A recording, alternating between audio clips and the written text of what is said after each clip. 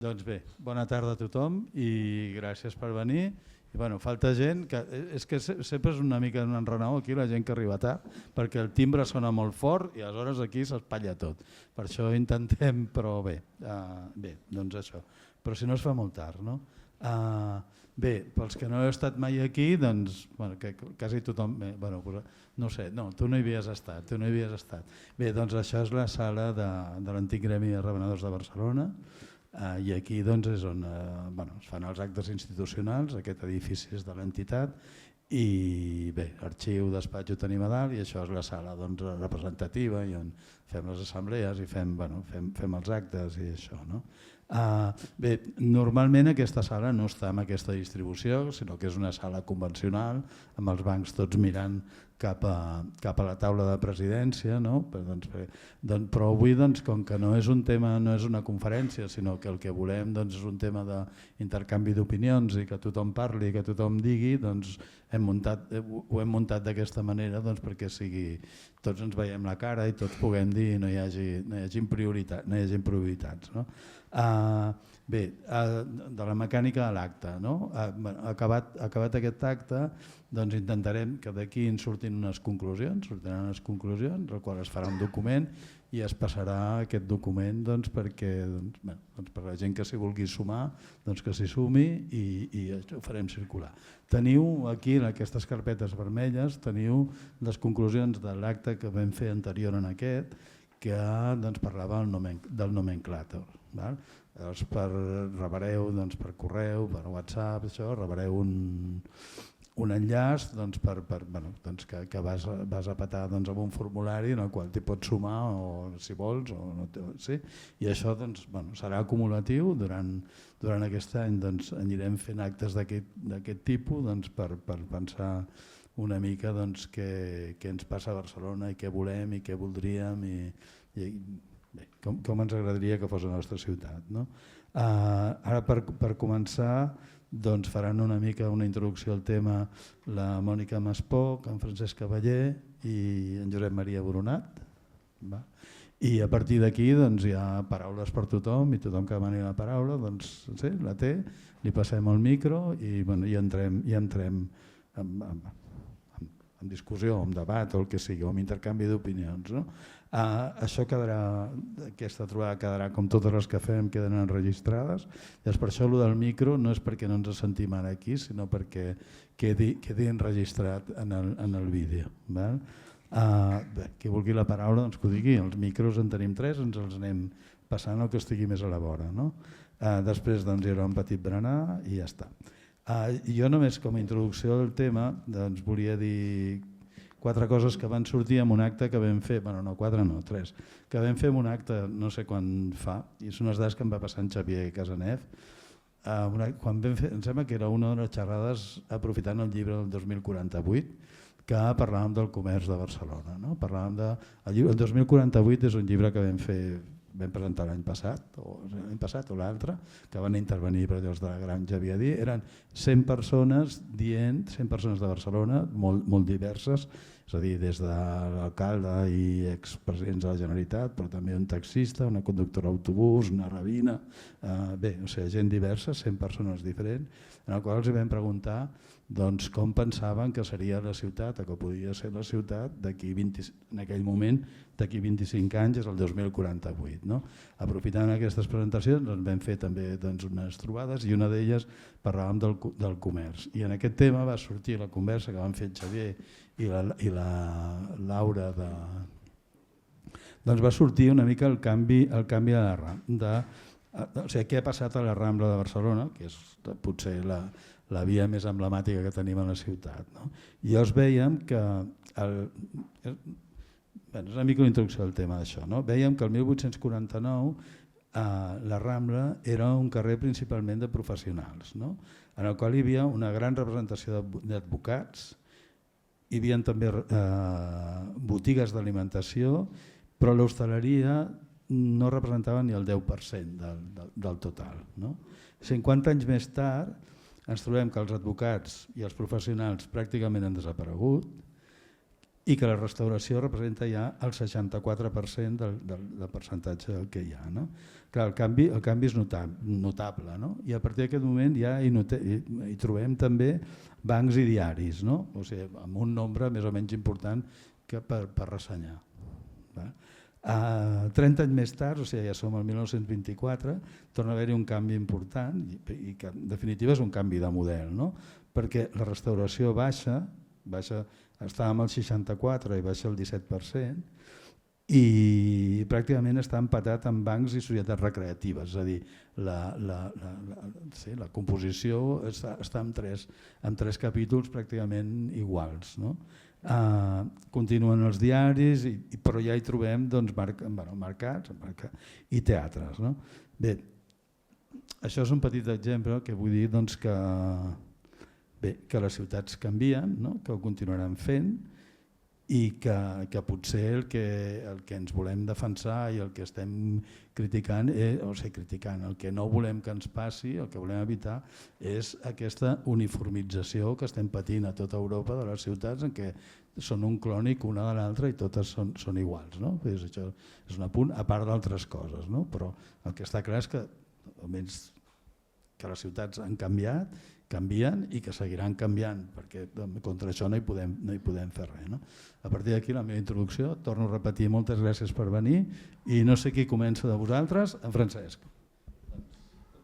Hola, jo m'aixecaré perquè si no amb les ulleres no serà una conferència ni res semblant, però així tinc 4 paraules per poder passar i mirar-vos vosaltres.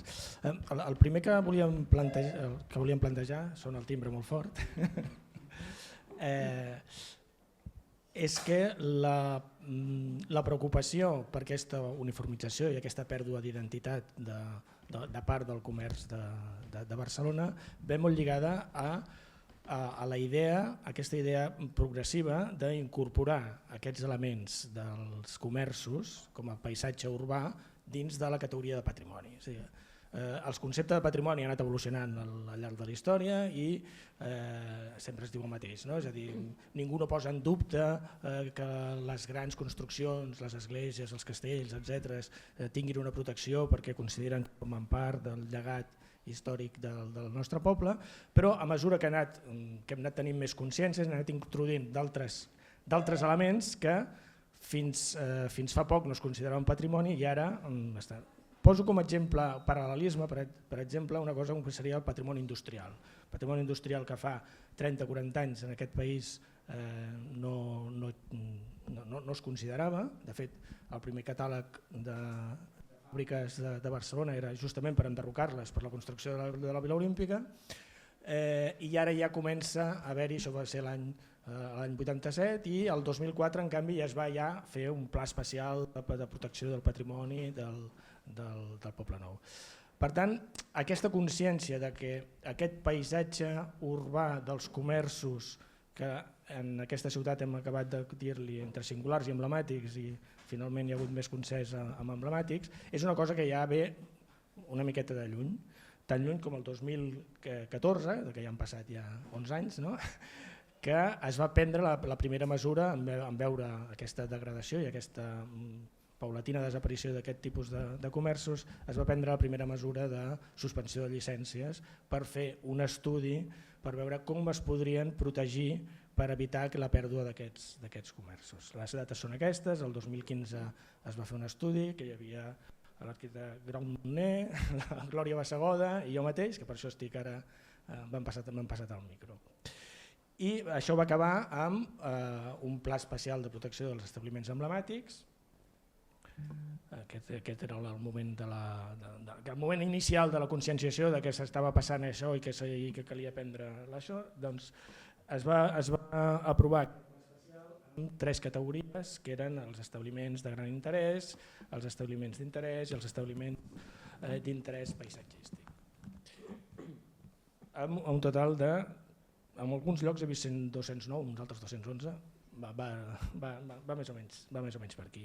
I es va fer que s'acostuma a fer amb aquests tipus, és a dir, es va fer un treball de camp, es partien ja dels llistats de comerços que s'havia fet la suspensió de llicències i es va fer un treball de camp sistemàtic més una primera recerca d'arxiu de les coses que poguessin trobar. Sempre que es fan aquestes fitxes mai no es pot aprofundir en els estudis perquè quan hi ha tants elements és difícil. I de cadascun d'ells es van identificar aquells elements que podien protegir-los, que després parlarem de quina tipologia són aquests elements. En paral·lel, això és una acció municipal, en paral·lel sí que hi ha hagut un procés de conscienciació cada vegada més elevat i hi ha hagut una campanya molt forta feta per aquest Fons d'Imatges del Comerç de Catalunya, que són els de la Ruta dels Emblemàtics, que si entreu en aquesta web tindreu allò de cadascun d'aquests establiments emblemàtics. Han intentat fer una càpsula de vídeo i tenen múltiples publicacions sobre el tema. Em sembla que ara per Sant Jordi en treuen un de nou, Emblemàtics de Barcelona 2025, em sembla alguna cosa així. És a dir que posem això com a exemple de que el tema dels emblemàtics ha anat com una preocupació entre la gent que està sensible al patrimoni de la ciutat. Això estava més per tu. Sí. Hola, bona tarda. Bé, després de tot el tema del pla especial i la catalogació vam passar, doncs mira, estem parlant ja fins al 2021, es fan les mesures de govern per a la preservació i la promoció dels establiments, en els quals es plantegen uns documents, sobretot dos objectius, per comissionar, per preservar, per ajudar per ajudar, és que veig cares que em diuen que no, per ajudar a la protecció, etc. Jo el que vull dir, de fet jo no vull parlar gaire, però sí que és veritat que el tema de la mesura de govern i després l'any fa just 2 anys, al març del 23, es va celebrar la primera jornada internacional de comerç emblemàtic que hi havia a l'Ajuntament de Barcelona, Roma, Lisboa i París, i que d'aquella primera jornada va sorgir una declaració que tenia un document d'intencions del que s'havia de fer per tal de protegir tot aquest comerç. Jo totes aquestes dades les vaig trobar precisament en el moment que comences a fer informes històrics d'establiments emblemàtics, vas a la fitxa del catàleg que es va fer el 2016, que hi ha una sèrie de proteccions, però veus que la realitat és una altra, i que el que s'està protegint en aquest catàleg, sovint quan arribes a l'establiment, que hi ha hagut un canvi d'ús, ja no existeix res. I per altra banda, per les queixes de moltes persones que tenen aquests comerços emblemàtics, de les dificultats que tenen ja tant preservar tot aquest patrimoni material, de preservar el patrimoni immaterial i d'actualitzar els negocis per tal que aquest establiment emblemàtic pugui mantenir-se amb el temps. Aquest és el procés que nosaltres hem anat veient i ara segueix tu. Sí, potser no ho hem dit a l'inici, nosaltres no som Ajuntament, no venim a fer una presentació municipal, hi ha nou cares aquí que sí que són de la casa i nosaltres venim del món de la història i som externs. I el que estem fent és exposar, el títol era clar, era dir els emblemàtics a debat, estem fent l'exposició gairebé dels fets. I la realitat ha estat que, malgrat els instruments de protecció aprovats, sí que hem vist que en els darrers, si el catàleg era del 2016, el 2020 ja 30 d'aquests establiments protegits havien tancat. Que no té res a veure, és a dir, protegir un establiment no vol dir que l'hagis de mantenir, senzillament estem fent la radiografia, i que no tinc les dades de quins són d'aquests últims 5 anys, però segur que hi ha hagut més. De fet, aquest plànol estava tret d'una notícia de BTV on marcaven els establiments que estaven en el catàleg i que en aquests anys havien desaparegut. I ara anem una miqueta, perquè quan es parla que s'ha fet aquest catàleg, exactament què era i quines eren les intencions i quins eren els límits. El primer que hem de tenir clar és que formar part del catàleg no és l'eina suficient per la salvaguarda d'un bé. Què és el que protegia el catàleg? Doncs el catàleg, com que forma part d'un pla especial que és de patrimoni arquitectònic, històric-artístic, i això vam tenir moltes reunions nosaltres com a externs i amb la gent de la casa i amb els advocats de l'Ajuntament, dels límits que podien posar-se sobre els elements que es protegien, perquè formen part del catàleg de béns immobles, el que d'alguna manera es podia només protegir era allò que formava part de la construcció, de l'edifici, de la casa. Quan sabem que un comerç emblemàtic no només és una casa, no només són elements físics. Llavors ho hem volgut posar en dues imatges molt contrastades, que seria una que és a dalt, que és una botiga de cordes de la Barceloneta, que evidentment no forma part del catàleg perquè no té cap arquitectònic, històric o artístic que s'hagi de protegir, però que en canvi, no és perquè jo sigui del barri, que sí, considerem que un establiment d'aquest tipus dona aquest plus que sempre estem dient de no homogeneïtzar, és una activitat singular que després el Josep Maria en parlarà de les possibles proteccions dels usos, però que en aquest catàleg això no estava gens contemplat. En canvi sí que es contemplaven tots aquells establiments que tenien uns aparadors, unes estructures més o menys mobles dins seus, etc. Però el problema d'aquestes fitxes i aquestes proteccions és que quan l'ús s'abandona o es canvia, allò que s'ha protegit fora d'un context pot quedar com un esquelet. Fèiem conya abans, dèiem, ostres, és com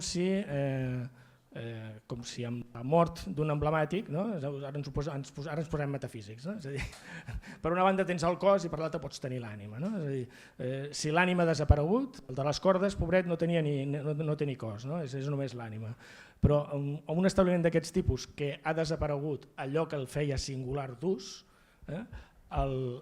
l'esquelet que queda el pots momificar, pot ser, jo en aquest cas diria que gairebé seria més com un zombi, és a dir, perquè sí que té una part del cos que se l'ha mantingut, perquè la fitxa deia s'ha de mantenir, es mantenen els aparadors, el rètol, etc. Però això és, per mi això és un zombi, vull dir, ha perdut, només en queda un tros del cos. Això quan hi ha un canvi d'ús, és molt pitjor quan han tancat els establiments i de moment no hi ha hagut cap altre ús, com és el de l'Índio o com pot ser el de l'Ingenio o com pot ser aquests que eren Carmels, que això era abans una, no sé com es deia, Magia Quilí o alguna cosa així, em sembla que es deia, feien coses de llautó. És a dir, en el moment en què aquests establiments han tancat i per tant no hi tenen activitat i per tant estan d'alguna manera abandonats, sembla que hi hagi una atracció especial del vandalisme dels grafitis cap a aquests elements patrimonials. És a dir, sabem que el grafiti és un problema amb el patrimoni de la ciutat i en els carrers de la ciutat, però en el cas dels emblemàtics feu l'exercici que quan passeu un d'aquests emblemàtics estan sistemàticament vandalitzats. I el problema que dèiem d'aquests espais o d'aquests emblemàtics ja que han perdut tota l'ànima és que molt sovint a l'interior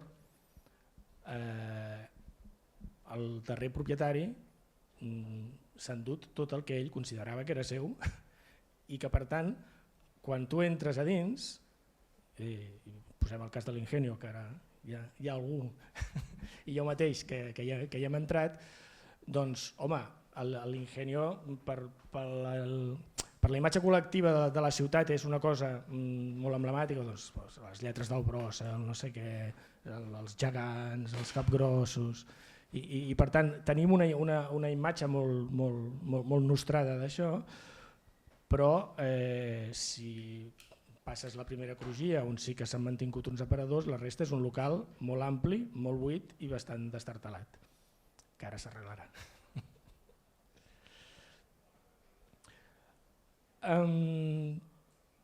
Volia acabar amb aquestes imatges perquè a vegades se'ns diu no, és que vosaltres els de patrimoni que sempre voleu mobilitzar les coses, que el passat...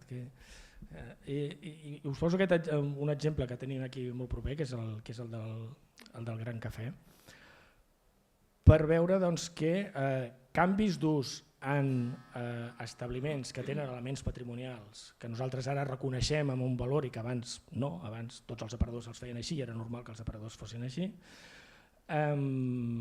doncs històricament han anat canviant d'usos i en canvi els identifiquem amb allò que dèiem de la primera generació.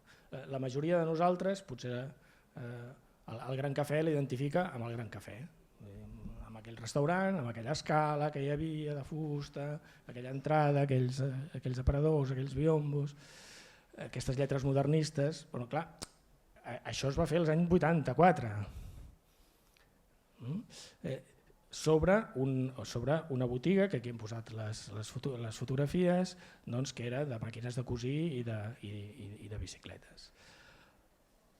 Paradoxes de la vida, quan hem fet l'estudi d'aquest edifici resulta que el primer ús sí que havia sigut un cafè, el cafè Fiveller. Per tant, quan s'està parlant d'aquesta ànima que es perd, doncs no sempre, és a dir, d'ànimes, per dir-ho d'alguna manera, han hagut moltes reencarnacions, hi ha hagut molts d'aquests cossos que han anat tenint ànimes diferents. La mateixa Sagraria Sobirà havia sigut una botiga de robes i tu entres a la Sagraria i et penses que sempre és la Sagraria, entre el rètol que diu primera Sagraria 1761, però allò havia sigut una botiga de robes. El problema és quan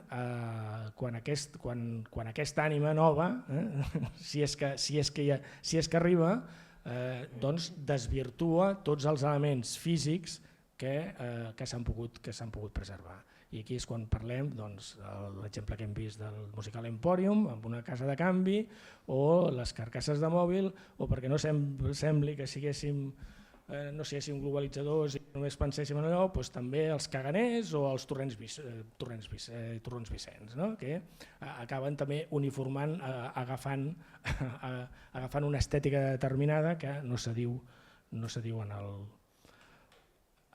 aquests elements. Per acabar i passar la paraula al Josep Maria, nosaltres, com dèiem, ens hem intentat centrar en el que feia el catàleg respecte a aquest manteniment protegit, que com deien eren dels cossos, de les coses tangibles, i que no s'havia entrat en els intangibles. Jo per fer de pont amb el que dirà el Josep, simplement és que nosaltres des de la nostra vessant, que anem als establiments i fem l'estudi de tot allò material que sí que es preserva i et trobes amb la contradicció, i ara et dono veu a tu, que molts d'aquests establiments que ho estan fent tot bé, perquè ens entenguem, que estan mantenint l'activitat, que estan conservant el que és material, que tenen problemes per un tema d'usos, de llicències, perquè no entren dins del pla d'usos de la zona i els fan transformar l'activitat per la qual estan protegits. M'explico? És a dir, sobretot això passa amb hostaleria, que estan, no sé, algun exemple d'establiments que porten 90 anys fent la mateixa activitat i aleshores hi ha problemes amb els usos i els diuen que han de deixar de fer aquesta activitat. I això no té cap sentit, perquè si tu des del mateix Ajuntament estàs preservant tot això i vols que es mantingui, però alhora els estàs dient que deixin de fer aquella activitat que permet que es mantinguin. I ara et dono tu la veu per veure... Jo intentaré ser... no sé, igual acostumo a ser més polèmic a vegades amb les coses. Molt d'acord amb el que han anat dient el Francesc, la Mònica, tot el tema de... Jo com deien, me centraré una mica amb això més intangible i com podem reconèixer aquest intangible com a patrimoni que ja està reconegut i llavors si el reconeixem algunes idees de com podríem protegir-lo. S'ha de dir que bé, no és un tema fàcil i diguéssim que per fer-ho s'ha de ser precursor en moltes coses i llavors doncs, quan has d'obrir camí les coses costen més, però crec que tenim, diguéssim, el camí està marcat i l'hem de començar a seguir. Jo m'he apuntat algunes coses perquè no em volia deixar res i la meva memòria no és tan brillant com la dels dos historiadors que m'han precedit i res, en primer lloc volia remarcar allò que deia el Francesc, no? La pregunta aquesta de que si un patrimoni té sentit quan li trenem l'ànima. Jo crec que en els emblemàtics, en els establiments singulars, més que mai jo m'atreviria a dir que no. Però no només passa amb això, és a dir, hi ha molts edificis que estan concebuts per una funció i en el moment que els hi canviem la funció doncs ja sabem que l'edifici patirà i que patirà molt. Hi ha edificis que estan catalogats i són habitatges i si deixen de ser habitatges i fan una altra funció, doncs òbviament sabem que patirà. Això no vol dir que no es pugui fer, però hi ha una part d'aquest patrimoni, diguéssim, que desapareix. El que dèiem, 3 preguntes. L'ús pot ser patrimoni? Sí. A través del patrimoni es poden regular els usos? També. Els usos es poden protegir? Jo dic que sí, que es poden protegir. I no sé, ara ho intentaré demostrar una miqueta. Hi ha 3 coses. El que ens diu la Llei de Patrimoni Català, el que ens diu la UNESCO i el que ens diu la Directiva de Serveis, la Bolkestein, aquesta paraula tan maleïda que sembla que és la que sempre ens està portant problemes.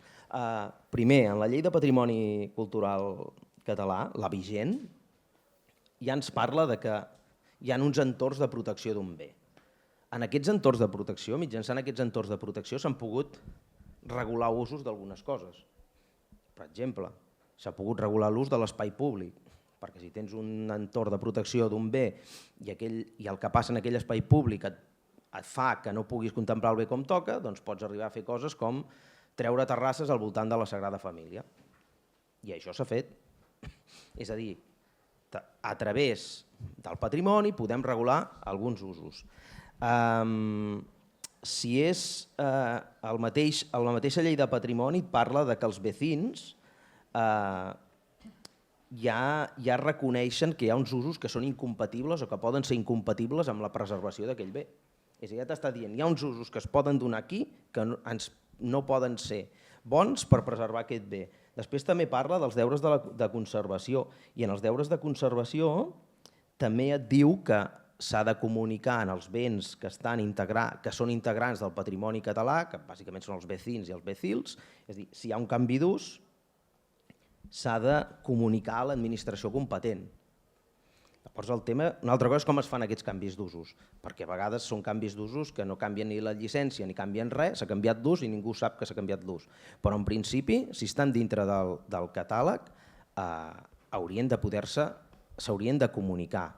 Llavors, clar, els tipus de protecció dels emblemàtics queda una mica estrany on estan encaixats i on no estan encaixats, però hi ha emblemàtics que estan dintre d'entorns de protecció que són bé cultural d'interès nacional, hi ha emblemàtics que estan dintre d'edificis que són vecils, és a dir, hi ha camp per córrer.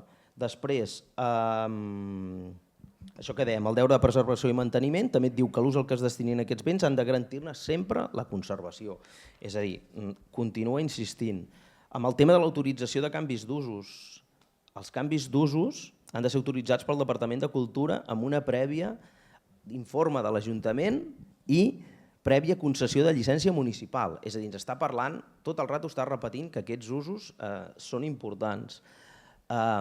I després fins i tot el règim sancionador parla de que es poden establir sancions si s'han fet canvis d'usos sense, torno a dir, dels béns que estan dintre del catàleg de béns culturals del patrimoni català, es poden establir sancions si no s'ha demanat aquesta prèvia autorització. És a dir, torno a repetir, tenim camp per córrer. Segona cosa, l'UNESCO. L'UNESCO ja el 2011 feia unes recomanacions del paisatge urbà històric.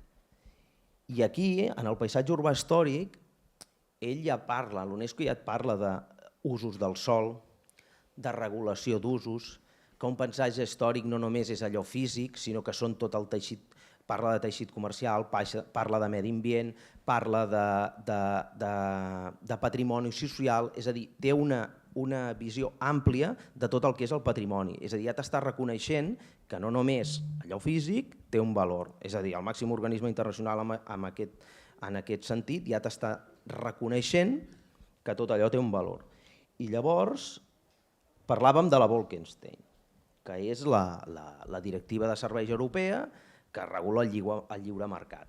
Aquesta directiva és la que et diu bàsicament que pots fer el que vulguis on vulguis i pots posar el que vulguis i on vulguis. Però aquesta directiva té unes excepcions. Té unes excepcions. Això deixeu que us ho llegeixi, però...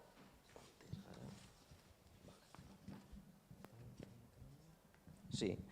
En l'article 12.3 ens diu: sense perjudici del disposat a la part de tu i en els articles tal, els estats membres podran tenir en compte a l'aplicar el procediment de selecció consideracions en matèria de... Està parlant de les excepcions, objectius de política social, de salut, de seguretat dels treballadors per cuenta ajena o cuenta pròpia, protecció del medi ambient, conservació del patrimoni cultural i qualsevol altra raó imperiosa d'interès general de conformitat amb el dret comunitari. És a dir, ells ja t'estan dient que aquesta directiva de serveis té unes excepcions que a les quals ens podríem acollir per decidir que en un lloc no es posa una cosa o no se'n posa una altra, o mantenim una cosa o no es manté una altra.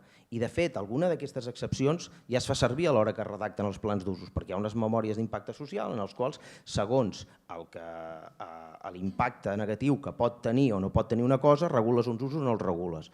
És a dir, podem, i com dèiem, tenim eines per fer coses. Què dèiem? Per tant, tenim eines per fer-ho, la llei de patrimoni, la UNESCO, la Bolkestein en reconeixen aquests usos. També tenim problemes, tenim problemes i, òbviament, amb tot això hi ha un tema que quan protegeix... Intento fer-ho el més com si diguéssim, planer possible, encara que sé que estic parlant de coses una mica difícils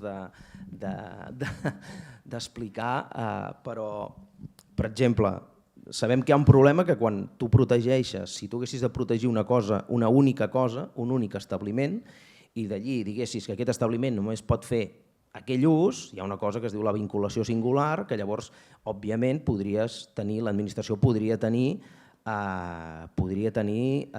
pleits o podria tenir demandes per tal de dir, escolta'm, tu m'estàs traient un valor, m'estàs prohibint de fer unes coses amb un immoble quan jo hauria de poder fer-ho. És a dir, per què no només m'ho fas a mi?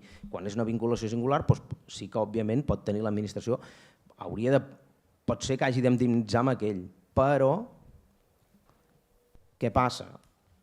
Ho podríem fer d'una manera que no fos un... És a dir, podríem dir que en una àrea X tots els establiments que tinguin o locals que tinguin un valor X potser reconegut pel Pla Especial d'Establiments Emblemàtics i que desenvolupen una activitat X durant un període X, s'hauria de protegir aquesta activitat? Jo crec que sí, perquè no estem dient que és un, estem dient que és una característica entre uns quants i una miqueta és el que es fa quan se fa un catàleg, és a dir, que és una característica comuna entre uns quants i et pots saltar a això. És a dir, que jo crec que aquí podríem tenir un altre marge. Per acabar, també us volia dir que, dues cosetes.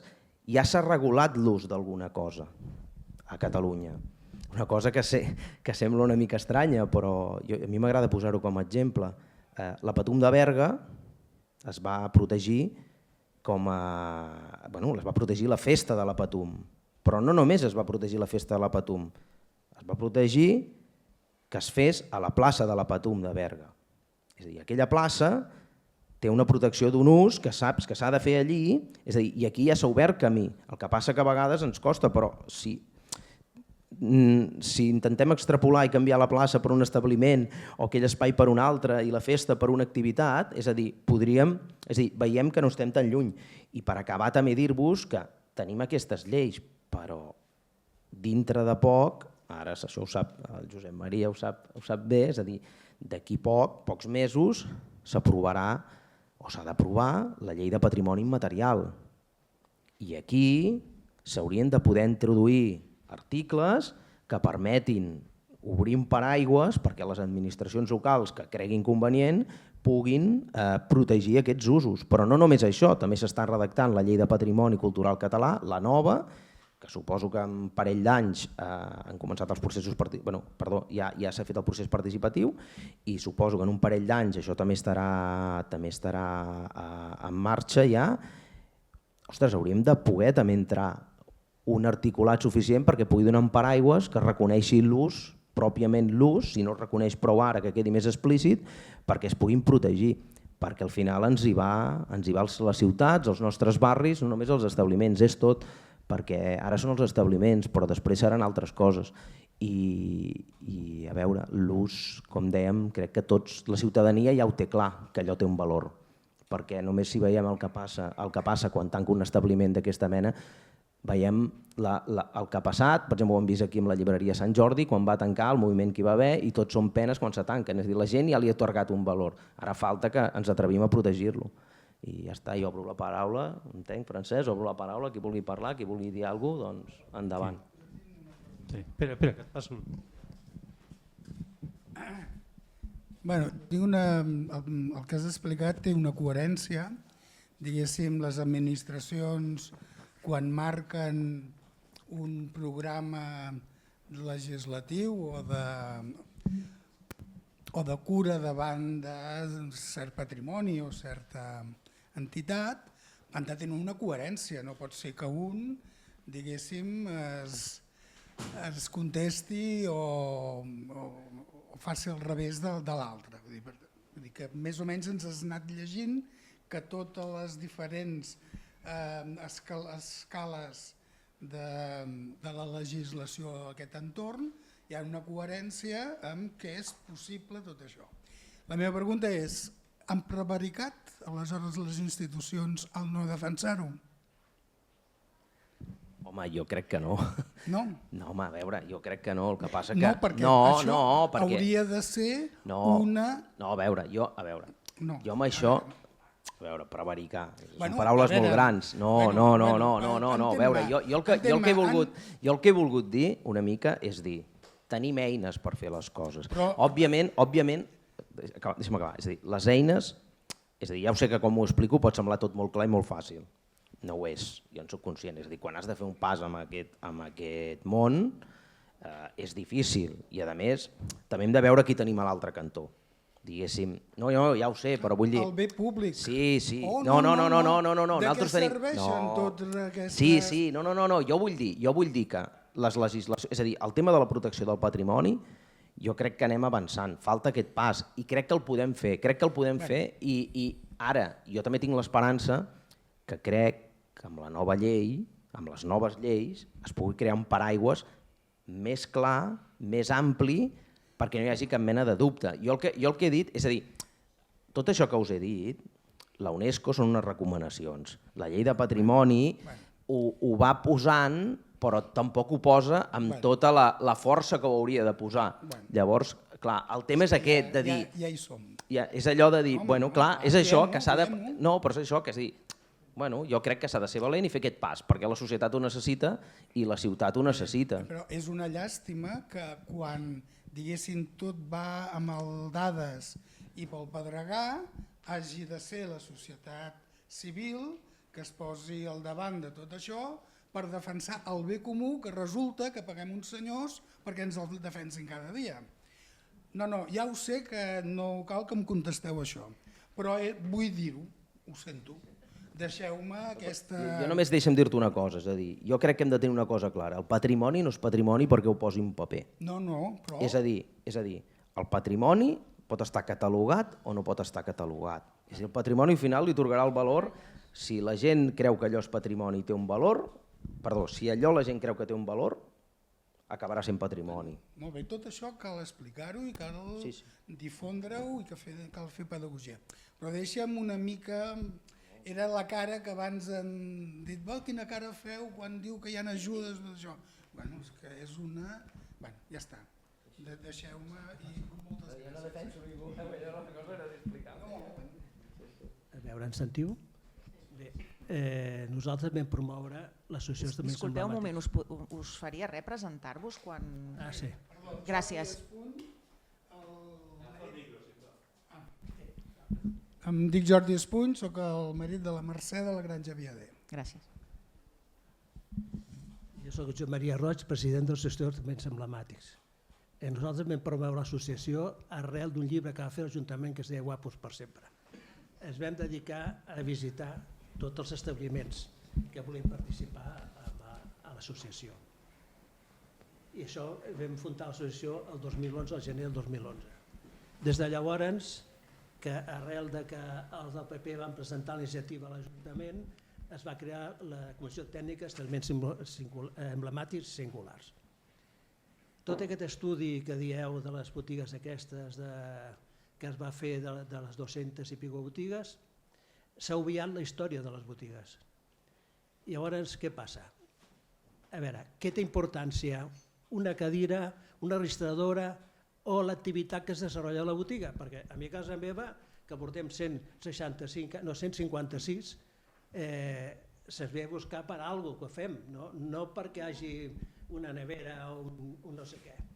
Llavors, primer es va fer el primer estudi que va fer Procom, que era un senyor que és mort, després es va encarregar un altre estudi, tot això ho va fer Raimon Blasi, que va encarregar els estudis, que n'hi havia molts més, però això de la primera i la segona categoria és fals, perquè això és un criteri que va haver-hi un senyor que li va posar, però tots són per l'estil. Quina diferència hi ha? Jo què sé, si hem de mirar només les façanes, que no tingui res a veure amb els establiments, que sigui només de patrimoni, de façanes o el que sigui, però no de l'activitat dels locals. Llavors, què passa? No hi ha cap ajuda de res. A més, això de patrimoni és per tocar allò, perquè a mi no fa gaire un camió d'escombraria se'm va emportar la marquesina, que està donada d'alta, està tot igual, i la feina que tinc per refer la marquesina. M'entens? Que no és una xominada, però necessita el projecte d'arquitecte per fer un trosset així de la marquesina, necessita els permisos que no arriben mai i anar fent. Llavors, el tema principal del tema és que l'activitat és primordial. Tots aquests establiments que han tancat, per exemple, jo tenia associats a l'Ingenio, tenia també el Riera d'aquí de la botiga de Rodas, com si va ara l'Índio, tenia aquí també el de les camises també, tots aquests estan associats del primer moment, cosa que no s'evita res, perquè de què serveix primer de tot si l'activitat no és rentable, perquè clar, nosaltres hem de muntar un negoci i hem de tenir beneficis, no estarem allà 12 hores i aquí molta gent, l'altre dia que m'estava abans d'ahir a l'Ajuntament, que sí, el comerç de proximitat, aquí al Raval. Hòstia, uns queixava que no hi havia sabateries. Diu, bueno, li posaran sabateries amb ell, però la gent té que viure, el comerciant té que guanyar-se la vida, perquè estem un grapat d'hores a la botiga. Això d'entrada. Però aquí me s'obren tota la boca amb el comerç de proximitat, absurd total. L'altra cosa és que s'hauria de refer el catàleg aquest i fer-ho bé. Nosaltres, a la llei de comerç català, es va establir la definició retallada del comerç emblemàtic o històric, que posava que tinguessin 100 anys, que fossin artesanals i que tinguessin una presència dintre del barri. A més ho van retallar això, llavors va quedar no que va quedar. Però està a la llei de comerç, que els serveis històrics han dit de 100 anys, que podien ser 90, entens? Però és que no van... O 50. Sí, però és que no va dir res, es va presentar això i van acceptar-ho així. A veure, per dir alguna cosa, això que dius que a mi de la reunió aquesta que està aquí a la llotja, entre Roma, Lisboa i París. Els de Roma hi ha dues associacions, una de 50 anys i una de 75, i estan barallats entre ells. A matar, i estan a matar, entens? I uns no tenen massa interès, i uns altres que tenen més interès, però estan a un altre nivell que tant se'ls en fot l'associació com res. Els de Lisboa n'hi ha de tot una mica, no és que sigui res. I els de París mengen d'una altra manera perquè allà no hi ha associació, no hi ha res. Llavors, què és el que ens interessa? Ara que hem presentat les al·legacions de la llei de patrimoni immaterial, que vam portar a ell i de més, l'activitat és primordial. No mira com vulgueu, que és el que hem de protegir l'activitat. què dius? Bueno, és que hi ha un moment, és que el que estem vius perquè som rentables, no que estem vius perquè per part del temps. Estem ben situats i som rentables. Llavors, una reunió que vam tindre a l'Ajuntament, de la Comissió Tècnica, va haver-hi un que era el president dels centres comercials que va dir no, aquestes botigues poden estar en un carrer sobre fila. El carrer sobre fila és mort, vull dir, un negoci de funció si per exemple la porta. Si no passa gent, vamos, ara sé què passa, que la primordial d'avui en dia és que la gent s'ha acostumat a comprar per internet i està fotent les botigues petites perquè a través d'internet li porten a casa les coses i deixen de ser rentables. Per la qual cosa, jo el que he demanat sempre és que aquesta catalogació s'ha de fer ben feta. Si no es fa ben feta, no anem enlloc. És que el que nosaltres hem volgut expressar precisament era que protegir només un aparador no té cap mena de sentit. Perquè en el moment que l'activitat no hi és, aquell aparador és un tros de fusta sense vida, sense entitat. Aleshores, ha d'anar juntament amb un control de les activitats, un control d'usos o el que sigui. És a dir, la colmena sense el que és o no sé, qualsevol altre establiment sense l'activitat que s'està fent, però per exemple la confiteria que hem posat abans, allò no era un bar, és un bar des dels anys 80 també, abans era una pastisseria i va ser, doncs us diré, no sé, 80 anys pastisseria i nosaltres tots ho coneixem com a bar i hi ha hagut una activitat que ha mantingut tot. Vull dir, s'ha canviat l'activitat però s'ha pogut mantenir una certa entitat de l'establiment. No? Vull dir que hi ha opcions més enllà i tampoc estic d'acord amb que sigui 100 anys, no ho sé, el patrimoni també és una cosa que la gent se l'ha de sentir seva, no? I al final un dels criteris de que una cosa sigui patrimoni és aquesta pertinença al ciutadà també, no? Llavors potser no en té 100, perquè ja no n'hi ha ningú que en tingui 100, no? Però sí que en té 50, no? Però estic d'acord, de fet al final hem dit el mateix, no? Que mantenir només el que es veu no té cap mena de sentit. Per això esteu aquí vosaltres, perquè també us volem escoltar i amb quines dificultats us trobeu. Jo diria, perdona'm, que no és només una pèrdua, és un greuge.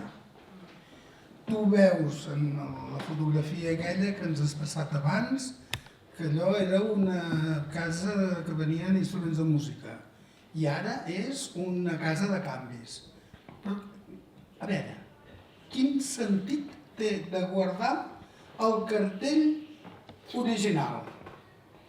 No, vull dir, a veure, fem aquesta lectura simple de coherència.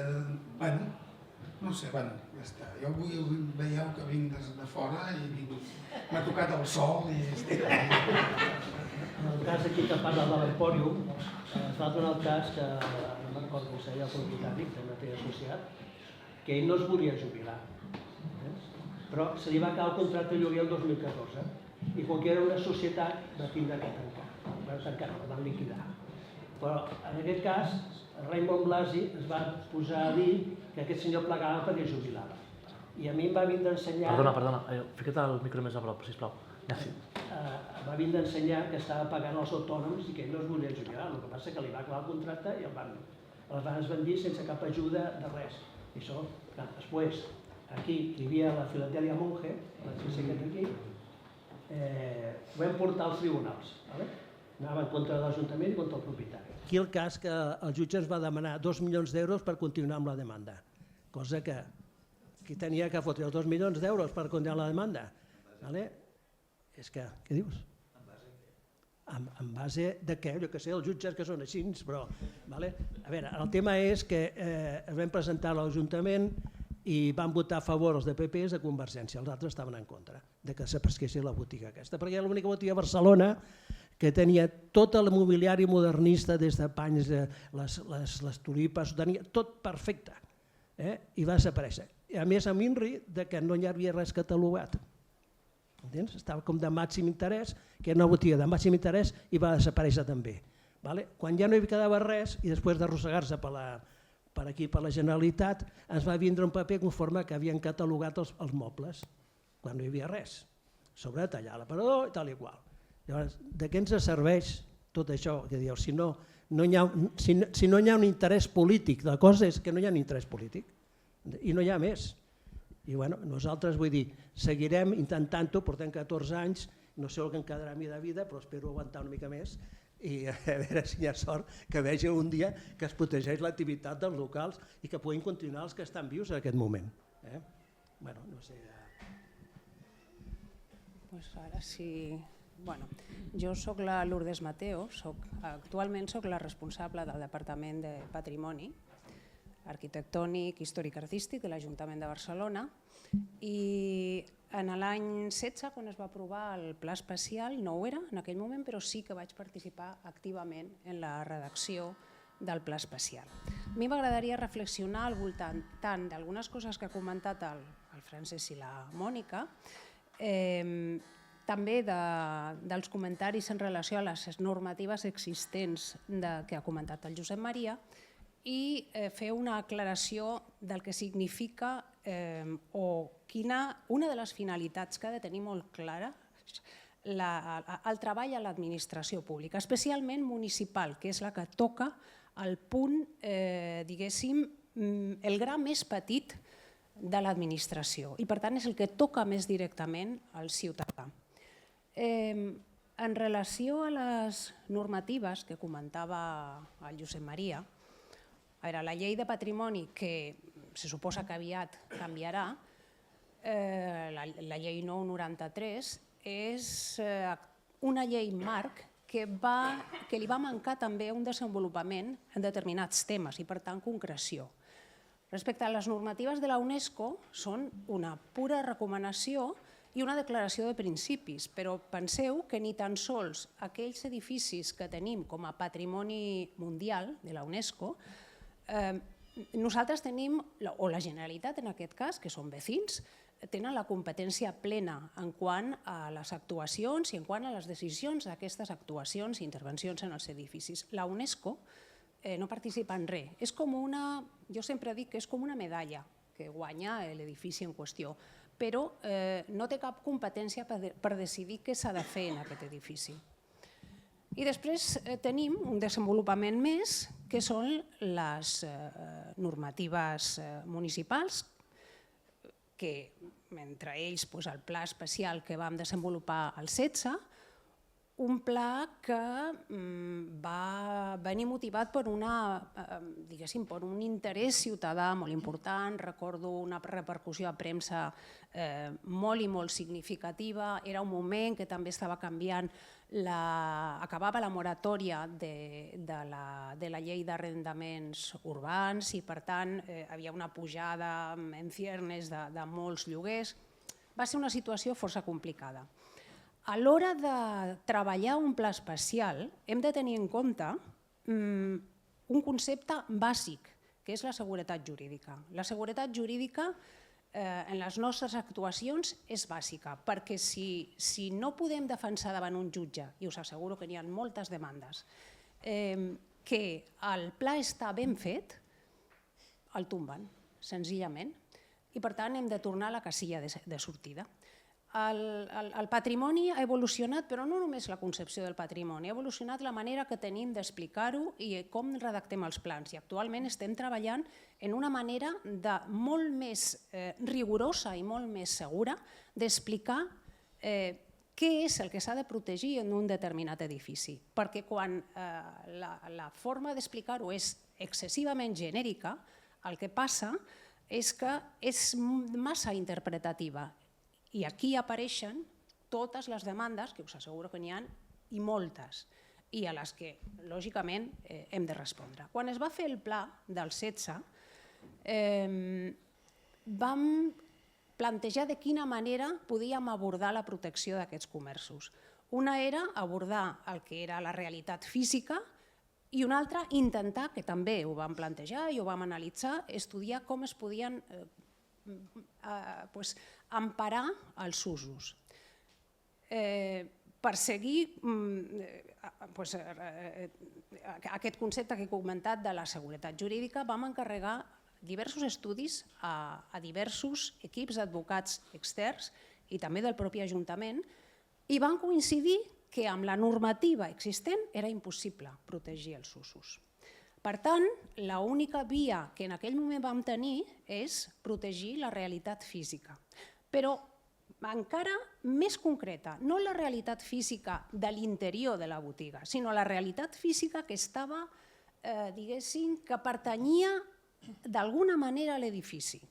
Perquè els elements, una caixa registradora, una cadira, una taula, això que podia tenir un interès històric ho havia de protegir una altra línia de treball a través de béns mobles que aquest pla especial no podia protegir. Per tant, ens van quedar en una protecció que, donada la voràgine de l'activitat econòmica,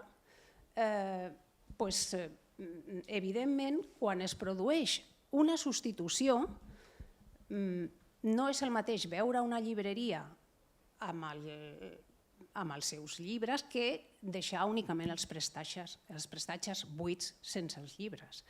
I el Musical Emporium és un cas realment patètic. Però també us dic una cosa,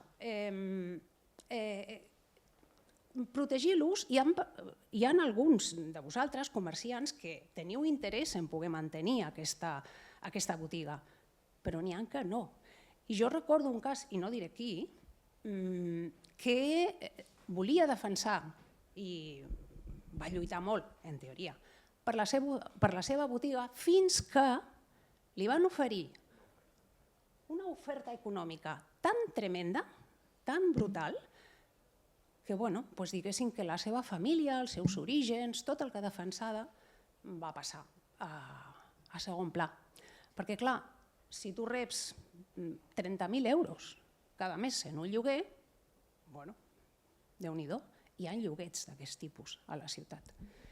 Per tant, és un teixit molt vulnerable, subjecte a molts fets molt difícils d'ajustar, de contemplar, d'analitzar i de solucionar. Ja està. M'afegeixo a la Lourdes. Jo també soc Ajuntament de Barcelona, però aquí estic en una situació esquizofrènica perquè soc del grup d'historiadors que hem començat aquesta aventura gràcies al suport i l'ajuda del gremi. Però jo estic a l'Ajuntament de Barcelona, Parcs i Jardins, i en temes de patrimoni soc l'alter ego a un nivell molt més petit, però soc l'alter ego de la Lourdes i molt sovint hem de parlar i hem de debatre sobre problemes. Jo voldria remarcar unes quantes coses. Primera, si a Barcelona hem aconseguit salvar el patrimoni és gràcies a un instrument legal que és el més antic de tots perquè és de l'any 79 i que opera sobre una cosa que ha sigut una virtut però en aquests moments, que ella mateixa tu has apuntat, és un condicionant.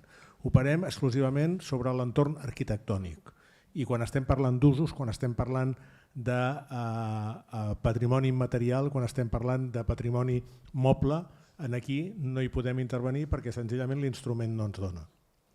Però, de totes maneres, precisament el que s'ha explicat amb els emblemàtics, sort que teníem la capacitat de fer un pla especial des del punt de vista arquitectònic i urbanístic, que és l'instrument legal que tenim, per intentar salvar alguna cosa, perquè és que si no és materialment impossible. D'altra banda, també hi ha un principi, que és que no canviïs res a nivell, i sobretot donada la complexitat que hi ha des d'una perspectiva legal, si no tens molt clar què és el que has de canviar, com ho has de canviar. I en aquest cas, i a vegades, és una qüestió que hem plantejat. Nosaltres des de Parcs i Jardins hem fet una proposta de revisió del conjunt dels jardins històrics de la ciutat i li vam proposar de canviar les qualificacions d'alguns, perquè alguns ens semblen que patrimonialment són prou importants per ser monuments nacionals i la Lourdes ens va dir exactament això. No canvis una cosa que després, si fas un pas endavant i no saps massa bé on vas, perdràs el control i al qual pots trobar que tinguis un problema. I us posaré un exemple. A iniciativa de l'Ajuntament de Barcelona, i va ser una iniciativa compartida entre Patrimoni Arquitectònic i Parcs i Jardins, vam demanar a la Generalitat que el conjunt del Laberint d'Horta passi a ser monument nacional. I ho estan incoant, ho estan fent. Però quant temps porten? I espera't. Què passa? Què és el que tu has explicat? Això ens passa contínuament. Per tant, jo crec que l'ordenança patrimoni arquitectònic ja ha fet el seu recorregut i hem d'ampliar i segurament potser orgànicament patrimoni tot aquest patrimoni que ara ja sabem que és més extens, tal com la pròpia llei de patrimoni cultural ens marca, és un patrimoni més extens i més complex. I possiblement l'Ajuntament de Barcelona té un instrument curt, però sort que hem tingut i tenim aquest instrument per fer totes les coses que fem. Malgrat que, evidentment, i aquest crec que és part de l'entorn de reflexió que intentem fer aquí.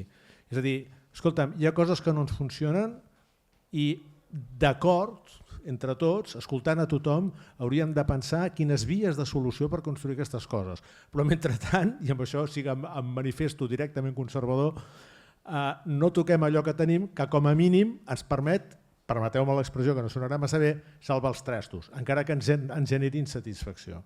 I d'altra banda, una altra qüestió, que també tu has marcat, i tu també ho has marcat, és a dir, sobreviu el que és viable. I a vegades, quan una cosa que és viable, precisament et genera l'efecte contrari, que és l'exemple que tu has posat. Jo vull mantenir, però és que si em venen amb una oferta impressionant, escolta'm, m'entens? Arriba un moment que les coses no ho podem conservar tot. Una altra cosa és que tinguem la capacitat d'estudiar i de conservar a través de documentar les coses. Però és una cosa, em sembla que això d'aquí és important. Intervinc o volies?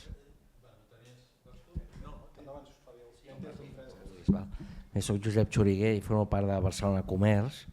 Aleshores, primer de tot, aquest espai, agraïm molt, és molt interessant aquest debat i ens calen aquests espais, per tant, i amb tantes veus i amb veus tan tècniques i acreditades.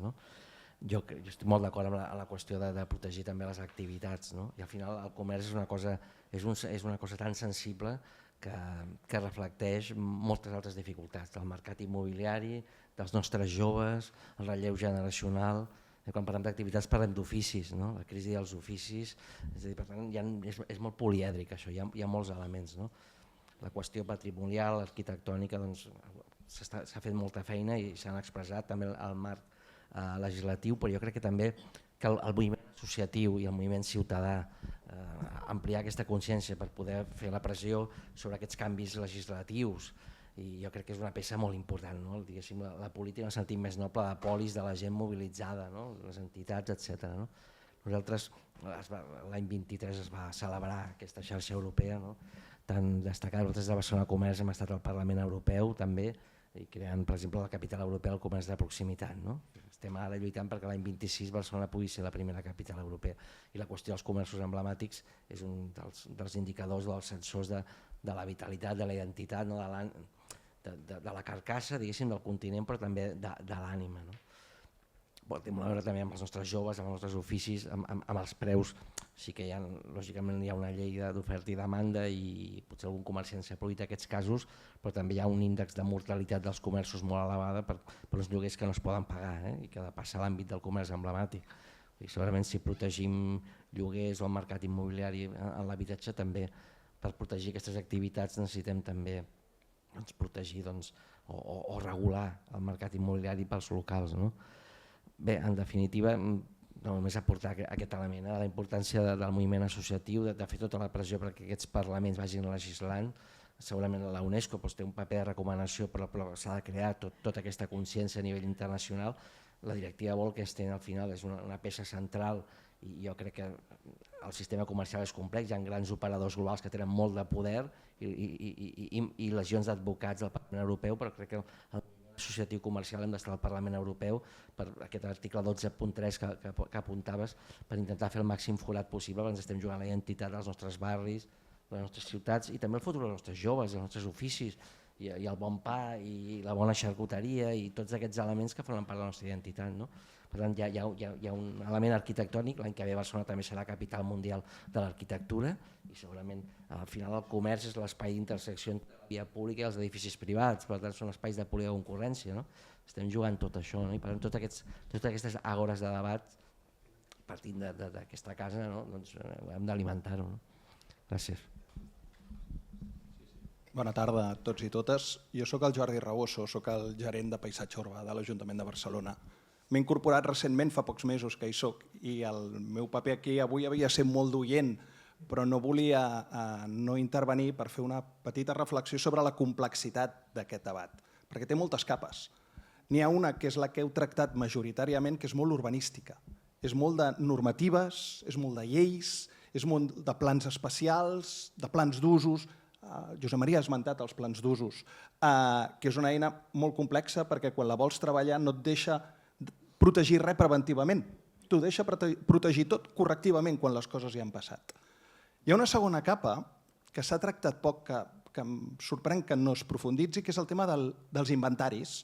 És a dir, estem parlant molt de comerços emblemàtics, o estem parlant molt de comerços o de comerç, però hem parlat del Pla Especial, que parla de 209 establiments. Vostè ha parlat dels guapos, que va impulsar Paisatge Urbà l'any 2014, va finalitzar el programa. Era un centenar. Comerç parla dels centenaris i també parla dels singulars. I després n'hi ha uns altres que també estan classificats com arrelats.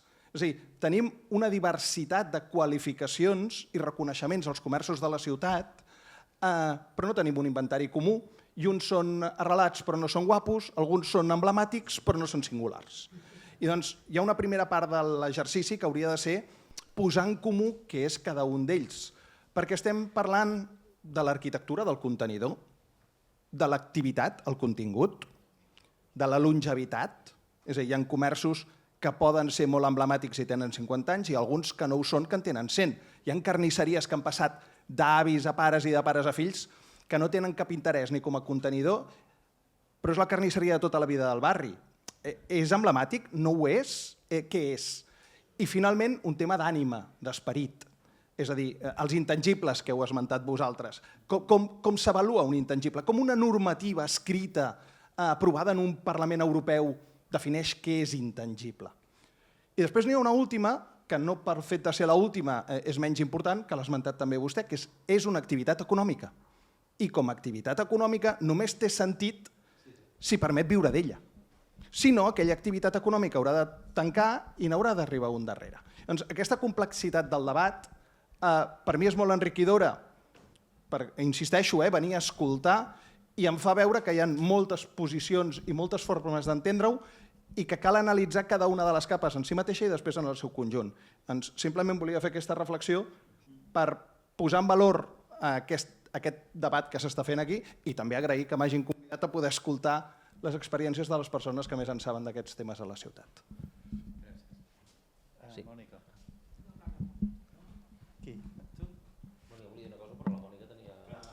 No, perquè jo, de fet, a mi m'agradaria escoltar més també els que tenen comerços emblemàtics.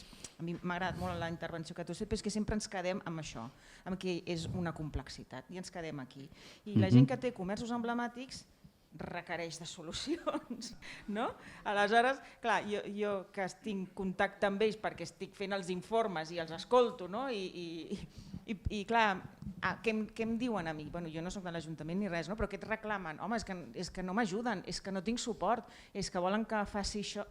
O sigui, la complexitat la tenim o la tenen els que han de generar les lleis i els usos, etc. Però és que ells tenen el seu dia a dia que ho han de resoldre. I clar, portem ara ja 10 anys gairebé amb el pla especial, però clar, qui dona solucions a la gent que té un comerç emblemàtic? Perquè no els hi ajuden tampoc a mantenir-ho, ni l'activitat ni la part física, que és igual d'important, perquè un establiment, el seu valor, un establiment emblemàtic ven més a vegades o hi va més gent precisament perquè té el valor afegit patrimonial, no? Vull dir, està claríssim, no és només l'activitat, no? Llavors, clar, jo el que veig, jo els vull escoltar, vull saber, escolta'm, com es pot ajudar mentre tot això no es resolgui, no? Què passa amb ells? Perquè potser quan ho resolguem ja no hi seran tots ells. Gràcies, t'ho agraeixo. Jo com a botiga emblemàtica de fa 155 anys, ara en aquest moment, per exemple, em trobo que tota la botiga està envellida, hi ha humitats a les parets, he de fer una inversió gran, però vull que l'ambient de la botiga quedi com ha sigut sempre, no vull canviar res, però em trobo a on acudeixo? Hi ha algú que m'ajudarà? Em sento totalment perduda, no tinc ajuda de cap d'enlloc. Jo m'agradaria que en un cas com el meu pogués, mira, acudeixo a aquestes oficines, a aquell lloc, perquè algú vingui, em digui com ho he de fer, si puc demanar un ajut, no sé, recolzada d'alguna manera, però clar, dels emblemàtics, d'això n'hem parlat sempre, parleu molt de lleis, però és el que dius tu, el dia a dia ens trobem. Jo ara aquest any ja dic, volia pintar la botiga, però clar, pintar la botiga meva vol dir que hi ha molts petits detalls, és laboriós, és complicat, tampoc no vull que quedi com estava, però decent. Clar, els lavabos no els tinc adaptats, però ho tinc complicat perquè és un edifici antic i no és difícil accedir-hi, però totalment sola en aquest aspecte. Bé, us volia dir això. Perdó, és una cosa, recollint el que deies, Jordi, hi ha una cosa que també que deies tu, hi ha aquestes capes, jo diria que són valors, no? Que hi ha una sèrie de valors i al final sempre ens quedem amb el mateix, amb el més fàcil d'analitzar, que és aquell que tenim aquí que podem tocar. I ostres, els altres no és fàcil. Deies, tenim una eina que no l'hem de tocar, que és el catàleg, que va bé, però el catàleg, doncs anem amb aquell cotxe que aguanta, que tira, és igual, jo quan me deies el tema de... No he dit això. No has dit això, doncs ho he entès malament jo. És a dir, tenim unes eines que funcionen, però hi ha unes eines que no podem acabar de donar, no poden donar resposta al que està passant. El món va molt ràpid, i jo crec que a vegades hem de passar a l'acció, tot i que potser ens hem d'equivocar. Però si no passem a l'acció, les coses van caient i ostres, a vegades crec que hem de fer aquell passet que ens falta. També perquè si no, com deies abans, hi ha establiments, dius la carnisseria tota la vida, jo crec que tota la gent té clar, la majoria de la gent del barri, la ciutadania, quan tanquen aquests negocis, ara mateix aquí, el Fort de la Llana, que també aquí els revenedors estan fent una feina per preservar part d'aquell patrimoni, el forn aquest tancarà d'aquí, no sé, i és tothom del barri el coneix, però clar, vas allà i dius, vale, què té valor d'allà físicament? Res, però hem de fer que això continuï? Sí, però hosti, no ho podem fer, doncs bueno, però clar, llavors estem en aquell punt de dir no ho fem. Fa 4 dies a l'Ajuntament de Barcelona es va fer una modificació de planejament general, que això és l'altre, que ja no hi he entrat perquè és un rotllo patatero, que el catàleg, el pla especial està per sota d'una cosa que és el planejament general, que és el que et marca els usos, però clar, fem modificacions per definir el tipus d'habitatge, és a dir, per definir bé si una cosa és habitatge, si dintre l'habitatge és habitatge temporal o permanent, si dintre d'aquí hi ha un tipus, hi ha despatxos o no hi ha despatxos, és a dir, els usos s'estan tocant contínuament en planejament. És que potser volem protegir una cosa encara amb la mentalitat del catàleg, és que hi ha altres eines que podem fer servir per arribar aquí. Jo l'únic que volia expressar que era això, que hi ha directives, que hi ha no sé què, és a dir, es pot protegir de diferents maneres i segurament l'eina no és el catàleg. Però si som una mica imaginatius, jo crec que sí que podem arribar a fer això. I crec que la ciutat s'ho mereix i com deies tu, és a dir, ostres, estem veient com estan morint tots. I també hi ha el tema de la viabilitat econòmica que estàveu parlant, totalment d'acord, ha de ser viable, però també podem ajudar a que aquests establiments siguin viables.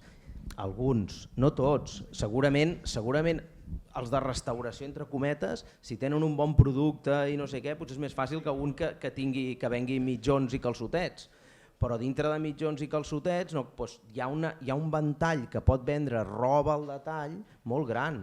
També podries arribar a la ciutat i en lloc de veure cartells de flamenco de segons quines coses que s'anuncien turísticament, doncs podries veure cartells dels establiments emblemàtics i això no passa. Doncs ostres, jo crec que també és una mica el que la ciutat vol vendre de cara en fora i tot això ajudaria. No sé, te'n vas a Itàlia i veus, estaran millor o pitjor, però veus que hi ha una promoció d'aquell producte propi, de qualitat, i la gent va allà. És a dir, te'n vas a Florència i vas amb aquell que fa no sé què, aquell que fa no sé quantos, aquell, i aquí no passa. És a dir, el que no s'està promocionant això, s'estan promocionant altres coses. Llavors, doncs clar, sí, òbviament és una amalgama de coses, però bueno, no sé, que es mereix que ens hi posem. Només vull fer un petit encís. No, que jo que parlava, sé que hi havia un estudi d'uns advocats que va anar a l'Ajuntament. es va demanar un estudi a 3 advocats diferents. Un pagava l'Ajuntament, un altre la Comissió de Propietaris dels Establiments Emblemàtics i un altre que portàvem nosaltres. Què va passar? Que el que portàvem nosaltres ens va dir que com que pagava l'Ajuntament tenia que posar el que volia Raimon Blasi. Tal qual. Espera't, no, això és així, t'ho explico perquè jo ho he viscut. No és que t'ho digui perquè sí. Llavors, la Montse Ballarín va encarregar un altre estudi amb una catedràtica de la Universitat d'Urbanisme.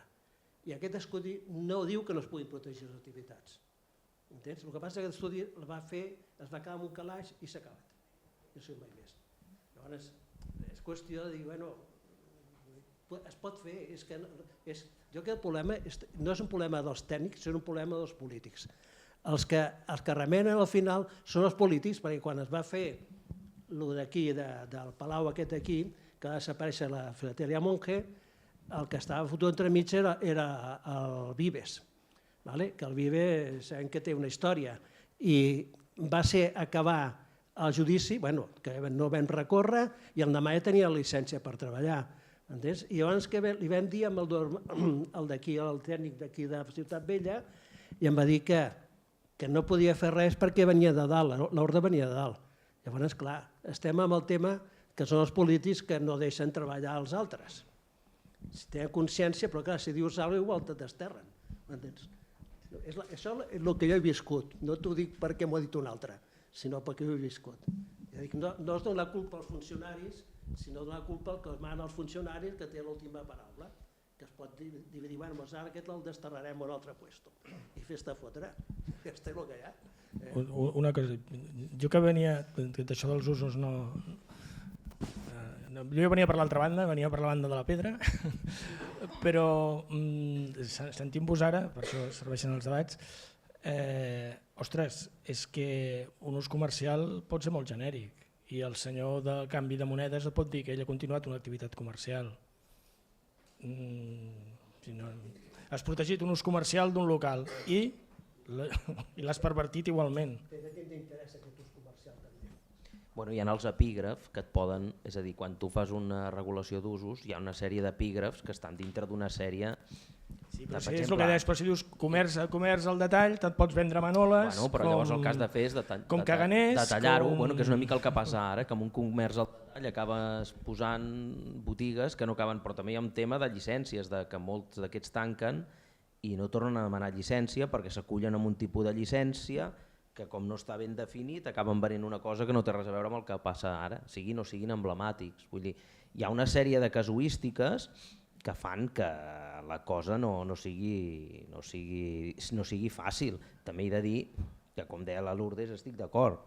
Hi ha establiments emblemàtics o establiments que podrien ser emblemàtics que han caigut pel camí perquè a ells no els interessa ser emblemàtics. Que això també jo trobo una cosa supergreu, perquè al final un no és patrimoni perquè decideixi que vulgui ser patrimoni o que no ho sigui. És a dir, si has d'estar declarat o ets patrimoni o d'allò, doncs has de jugar unes regles del joc i ja està. Vull dir, no perquè tu vulguis m'hi acullo, perquè no vulguis no m'hi acullo o no. Vull dir, i esteu vosaltres que esteu conscienciats, potser no n'hi ha tants que estan conscienciats, però al final, vull dir, com passa amb tots els edificis del món, si tu tens un edifici que té un valor patrimonial, doncs és la societat i l'administració que et diu, escolta'm, això ho has de preservar, i ho has de preservar pel bé de tothom, no pel teu, pel bé de tothom. I a més hi ha una cosa que crec que és un deure que hem de fer tots, és a dir, que és entendre que el patrimoni és un valor afegit sobre aquell edifici, aquell establiment, i ostres, perquè els grans capitals ho tenen, clar, els grans capitals a què van a buscar la gent que vol invertir? Aquells establiments que tenen un plus, aquells edificis que tenen un plus. És a dir, quan se posa un hotel, si pot, se'n va a un edifici modernista, no sé què, no sé quan. És a dir, tota aquesta gent va a buscar això. Per què? Perquè saben que els hi porta aquell plus d'exclusivitat i d'un producte que poden vendre que el diferència de l'altre. I això també és una cosa que jo amb això no sóc especialista perquè òbviament d'economia no en tinc ni idea, però ho veus i ostres, jo crec que també aquest xip l'hem d'anar incorporant. Que encara hi ha el xip de que si et protegeixen alguna cosa t'estan posant un problema al damunt.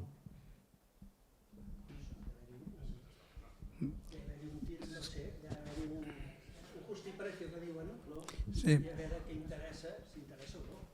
Jo em voldria disculpar perquè he entrat aquí com un tanque.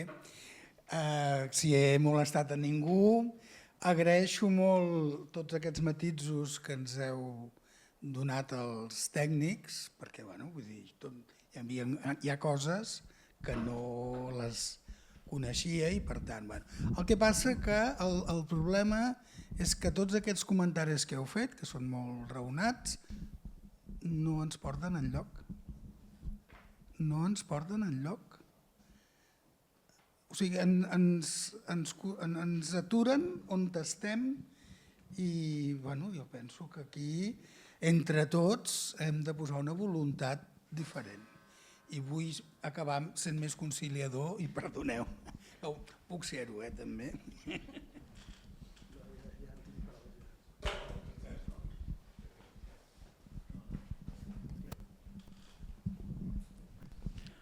No, jo vull dir que estava molt d'acord amb el que deies tu, vull dir que està bé emblemàtic o singular o no sé, les 1000 coses que tenim, però el negoci ha de ser negoci, perquè si no, no té cap sentit des del meu punt de vista. És a dir, si l'activitat que es fa no és negoci, no té sentit per ningú mantenir-ho.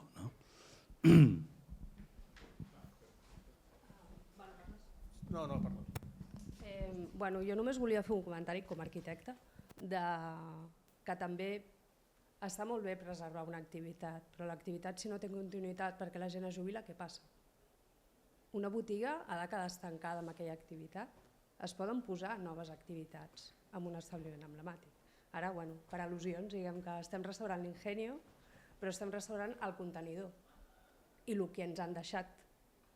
Però és un local que té una ànima i si s'encerta l'activitat que va allà dintre, jo crec que aquests establiments tenen futur o poden tenir futur. No sé, els que ens dediquem a patrimoni, la Granja Viader ha de pintar. És qüestió de trobar el personal, el restaurador, qui sigui, que ho sàpiga fer. Les instal·lacions, posar una rampa, hi ha maneres de fer-ho. És trobar... Una altra cosa és les eines, econòmicament o el que sigui, això aquí ja no hi entro, això els hi toca amb ells. Però si li poses carinyo i si trobes un ús adequat, es pot fer. No sé, jo ja per defecte soc optimista, però és trobar l'ús adequat, l'ús en el lloc.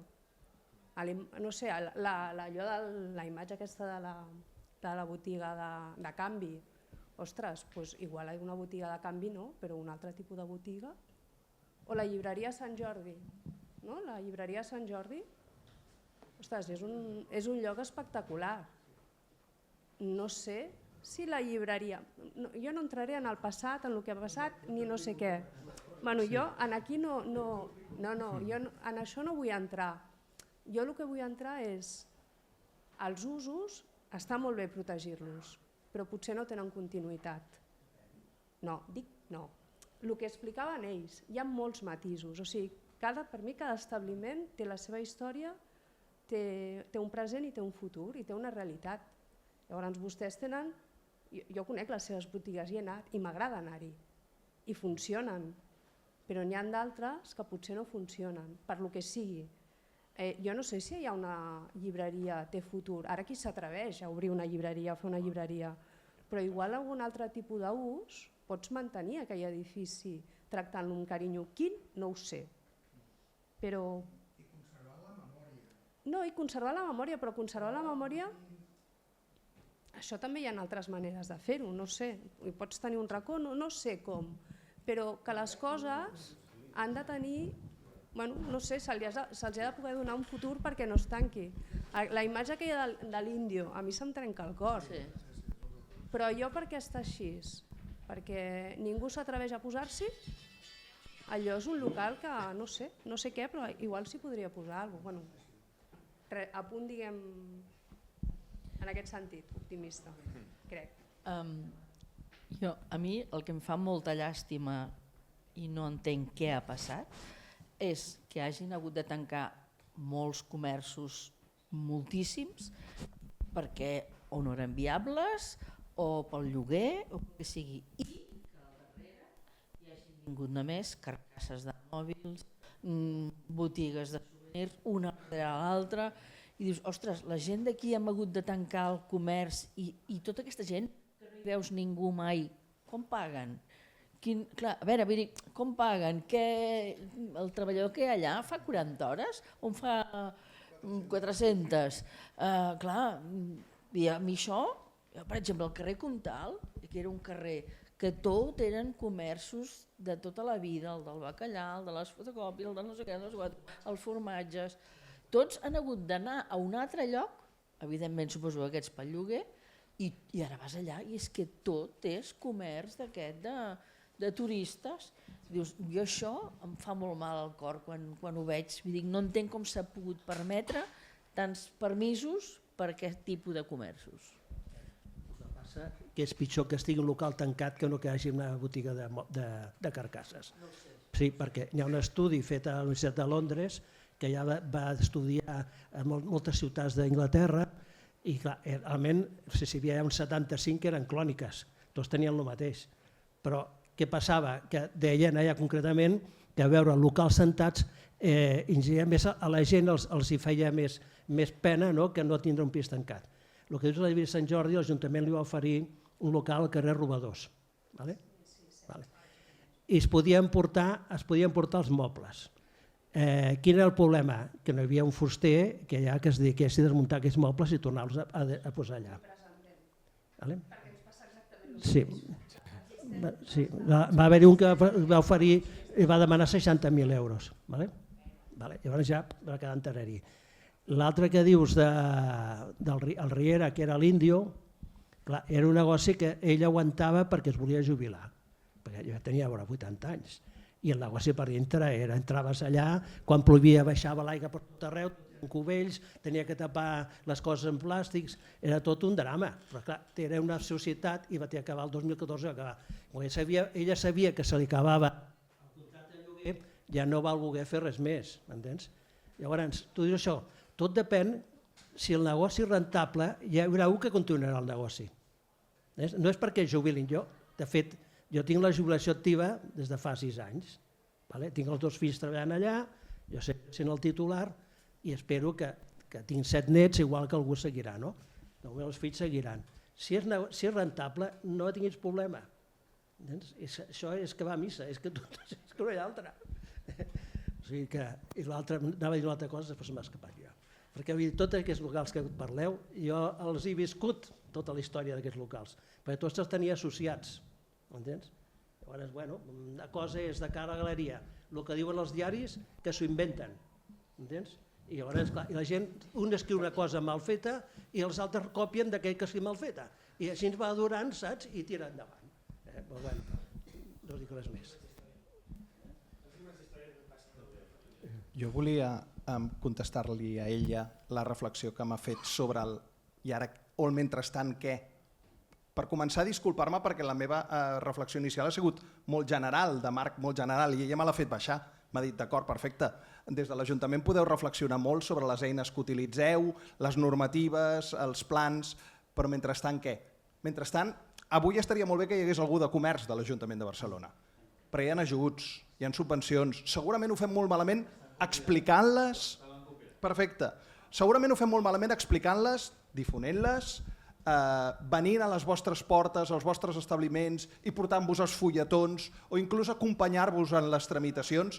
Hi ha tècnics en els districtes de comerç, hi ha tècnics de comerç que intenten fer aquesta tasca. Des de Paisatge Urbà també hi ha campanyes de subvencions. Segurament ho devem fer molt malament si no us arriba prou la informació i aleshores treballarem per millorar-la, però que sapigueu que hi són aquestes fórmules, aquestes ajudes, en realitat. Són ajudes econòmiques per poder intervenir sobre un patrimoni que té aquesta dificultat que estem veient tots, que intervenir sobre un patrimoni protegit és molt més car que intervenir sobre un patrimoni no protegit i que això ens ha de solucionar el mentrestant. Però existeix sempre. No cal que les aneu a cercar, és a dir, si el problema és que les heu de buscar i us heu de remengar i heu de excavar entre la multitud de paperassa i publicacions que fa l'Ajuntament de Barcelona per trobar-les, és que estem fent alguna cosa malament. I em comprometo a treballar des del nostre àmbit per corregir-ho. I les meves disculpes per haver fet una reflexió molt general. A veure, Jordi, ara em poso, ja no porto el barret de l'Ajuntament, és molt estrany això que faig, però ara poso el barret d'historiador, però per intentar cosir coses i coses positives.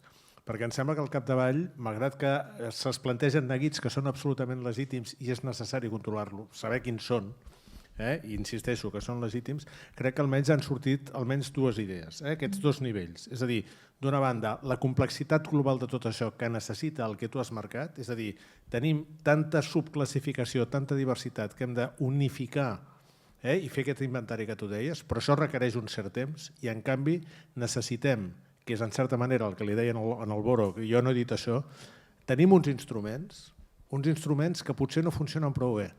Hem d'aconseguir que funcionin. Són els que tenim i això és com l'Apolo 13. Escolta'm, amb el que hi ha hem d'aconseguir tornar. Doncs amb això hem d'aconseguir que la realitat que tenim es pugui mantenir, que a més és una realitat legítima.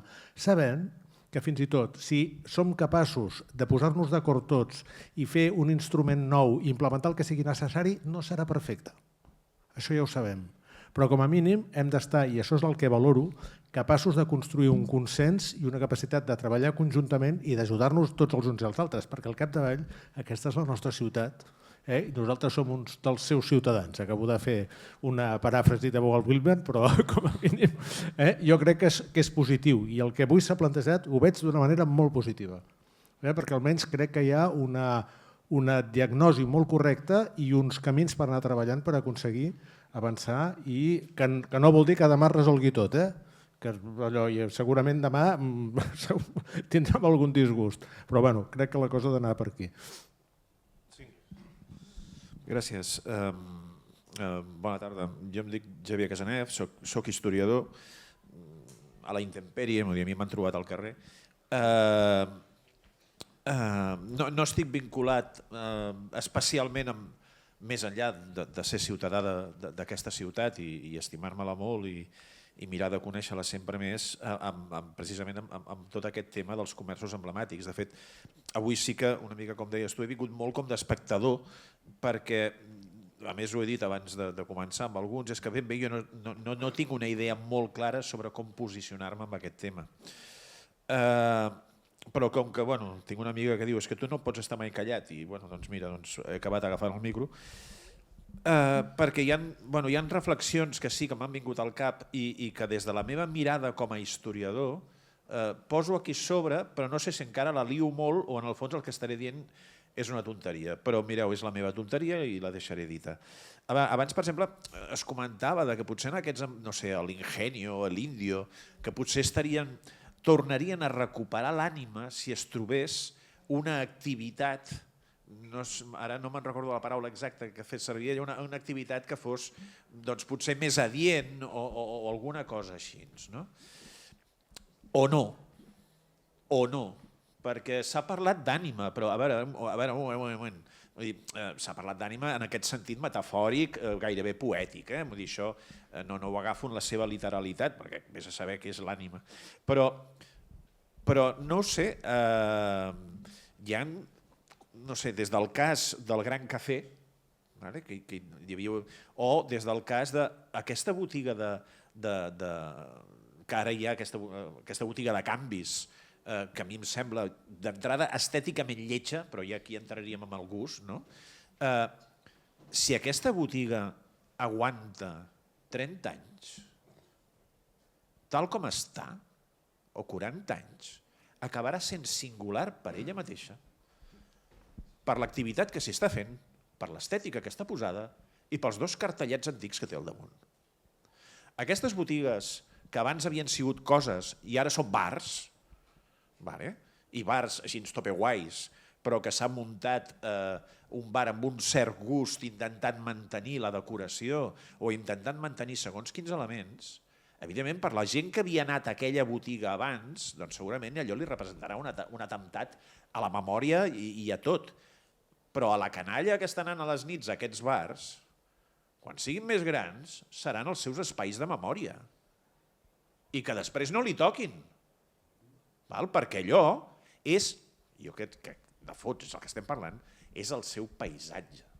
I estem parlant de paisatges de memòria, de la preservació de paisatges de memòria, que intentem agafar-nos-ho arquitectònic. O sigui, clar, el problema de tot això és com ho baixes a terra i com ho fixes de tal manera que intentis a vegades protegir un intangible.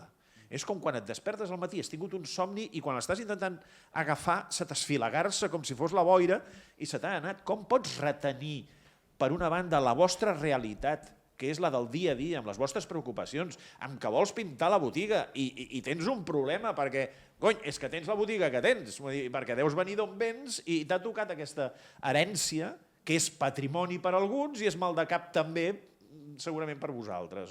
Des del punt de vista de la legislació, doncs vaya marrón, ahí os quiero ver, directament, d'acord? Pels nosaltres que ens ho hem d'historiar, fixeu-vos amb quines pinces han agafat el tema tant el Francesc com la Mònica, perquè en el fons sempre estem de què estem parlant quan el que estem parlant. M'ha agradat molt la teva intervenció amb tots els nivells de matisos, d'acord? Perquè, ostres, és que realment és aquesta complexitat. Però, clar, l'ànima, no sé qui ho ha dit de tots vosaltres, és patrimoni perquè en el fons ens ho sentim com a tal. Doncs és el que deia, aquests paisatges de memòria, aquests barcelonins, barcelonines del futur, seran els seus paisatges de memòria el que hagin sigut aquestes botigues. No estic desmereixent la lluita pels emblemàtics, el que estic fent és una mirada que ja et dic, és que jo vinc des de fora i m'ho he de mirar des d'aquesta idea de l'historiador en què les coses són canvi. Després es barreja un altre nivell, que jo aquí sí que no sé si ho he de dir en veu alta i algú em pagarà després pel carrer o em prendré mal, que és el que tu dius, no s'entén que botigues que han de plegar amb una mena de no sé si viabilitat o no, però que com a mínim d'arrelament en el barri amb una activitat determinada, amb uns lloguers que els hi pugen increïbles, no poden assumir, i que després vinguin botigues sense cap mena de moviment intern i allò es pagui. Perdoni, algo podrido huele en Dinamarca. M'entens? Vull dir, directament. Però no ens hi ficarem perquè potser quan algú s'hi va ficar, a més, va rebre molt. A veure, el tema que ens preocupa en el fons és la uniformitat. Ens preocupa molt la uniformitat, això que deies del carrer Comdal. En el fons el que ens preocupa és la desaparició d'un paisatge. Però és que els paisatges no desapareixen, els paisatges es transformen. Avui jo visc prop del mercat de Sant Antoni, més o menys, he anat cap al mercat i he creuat el Raval, que és el que acostumo a fer quan vinc cap aquí. I m'he fixat en 3 o 4 botigues, que no m'hi havia fixat mai, que d'aquests que venen de tot, cachivaches, de segona mà, coses que no em compraria jo mai, però que estan allà, que ja veus que és com d'aquestes botigues d'objectes de segona mà, amb allò, però algunes d'elles pleníssimes de llibres. I com que venia amb temps he començat a entrar a 3 o 4, totes regentades per gent immigrant del Raval, no especificaré. I en una d'aquestes botigues, per €1, m'he comprat La vida i la mort d'en Jordi Freginals, d'en Josep Pous i Pagès, 3ª edició.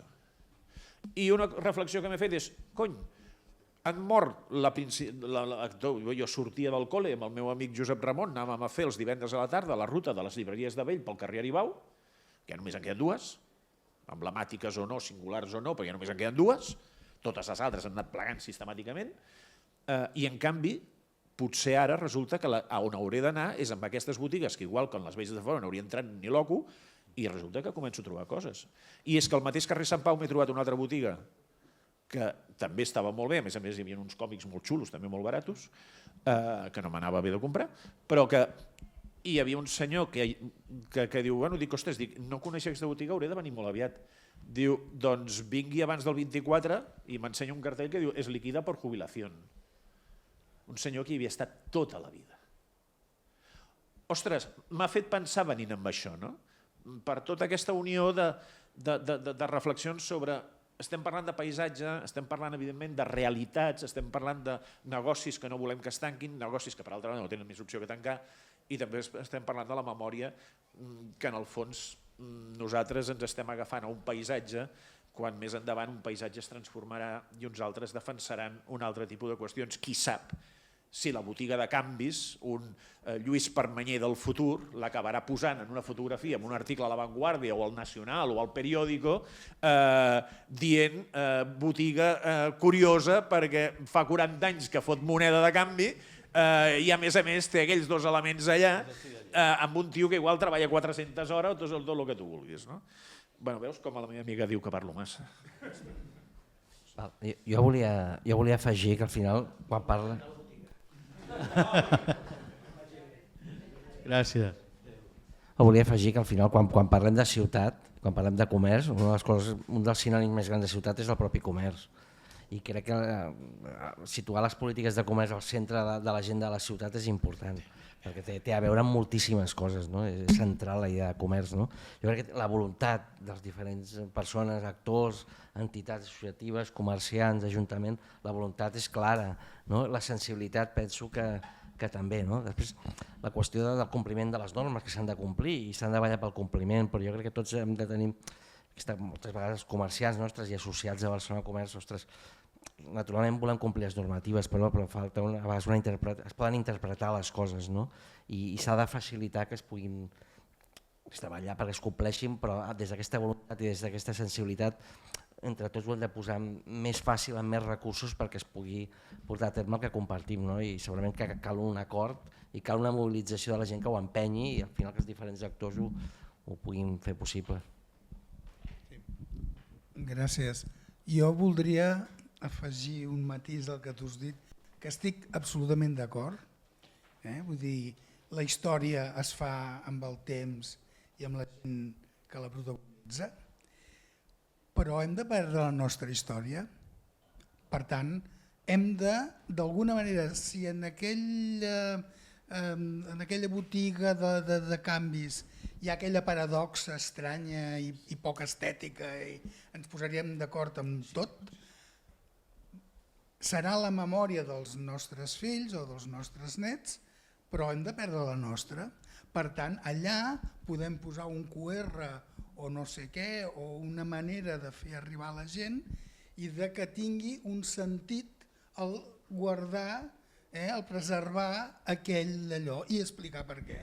Es preserva perquè és un bé històric, perquè és un bé patrimonial, perquè té un valor estètic i artístic especial. Vull dir, donar sentit a les coses. I és una mica el que jo també estic a favor d'ells dos, que també no hem de preservar els usos que tenen les coses, però sí tenir cura a vegades en determinats llocs de trobar-li un relleu digne i honorós. No cal que m'entens, no sé, vull dir, bueno, ja està, i gràcies per tot el que ens heu explicat. Hola, sí. Hòstia, no soc gaire de parlar jo. A veure, l'Ajuntament o les institucions fan una part de la feina, crec que la paraula protegir per mi vol dir però també ajudar i crec que esteu controlant, no esteu ajudant. És un drama que la Gràcia ningú l'ajudi i que siguin aquests comerços els que hagin d'enviar un requeriment, un no sé què, i que ningú de l'Ajuntament hagi anat a dir-los com esteu? Tu, posem les taules noves? Però ho sento, és així. El que viure és cert, que és fantàstic el que heu fet, no sé qui ho ha fet de l'Ajuntament, però que se'ls ha donat una terrassa enorme i una nova llicència, i gràcies a això el que viure és cert està pleníssim i va més gent que mai ara. Ens pot agradar o no, que abans era una botiga de queviures i ara és un bar, mig botiga de queviures. Hem perdut la meitat, diguéssim. Ens poden no agradar les taules i les cadires que han posat de plàstic o que el marbre no està ben escollit. Però collons, està bé, però crec que l'Ajuntament hauria d'anar i dir: què necessiteu? Posem les taules noves, anem a fotre una terrassa de puta mare, crec, no sé, perdó, sóc el de la confiteria, que la vaig agafar el 2014, ja era bar, jo no he canviat res.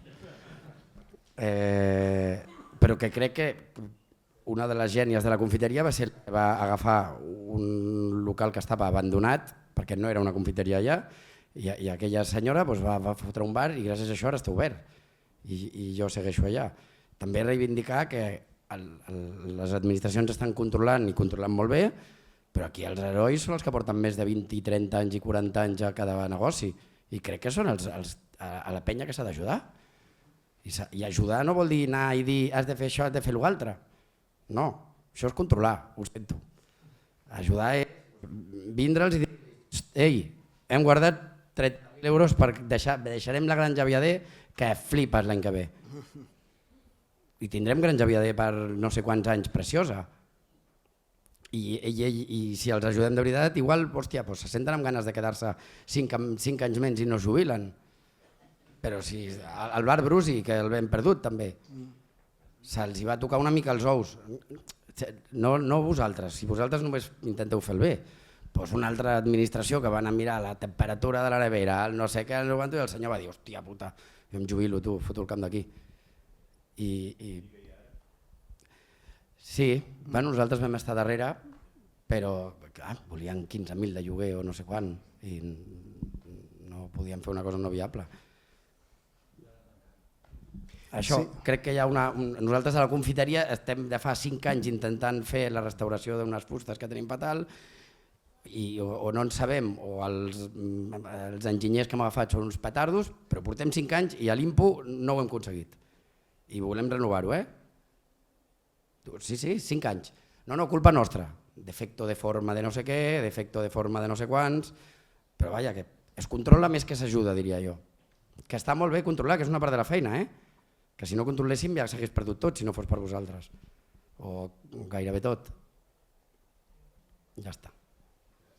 Sí, Jordi Fernández Quadrenc, també soc historiador i membre d'aquest col·lectiu que hem estat acollits per al Gremi de Remenadors i vaja, fent aquesta feina d'altaveu de moltes preocupacions de la ciutat, perquè al final tots ens estimem aquesta ciutat i és el nostre, com vosaltres, és allò que ens uneix a tots.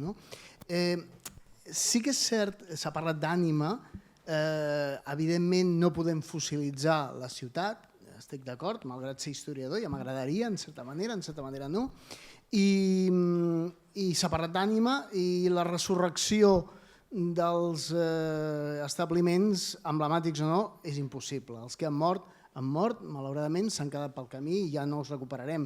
Hem de salvar els que podem.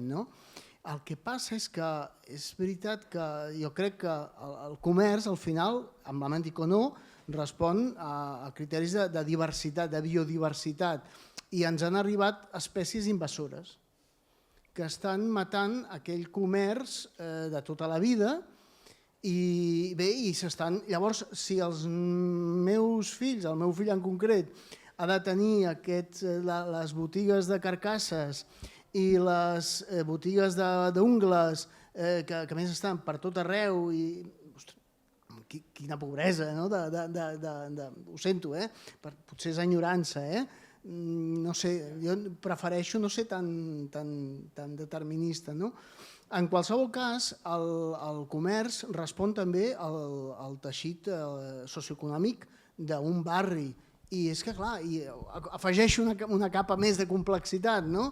Clar, on són els veïns? On són els veïns que anaven a comprar els colmados de tota la vida?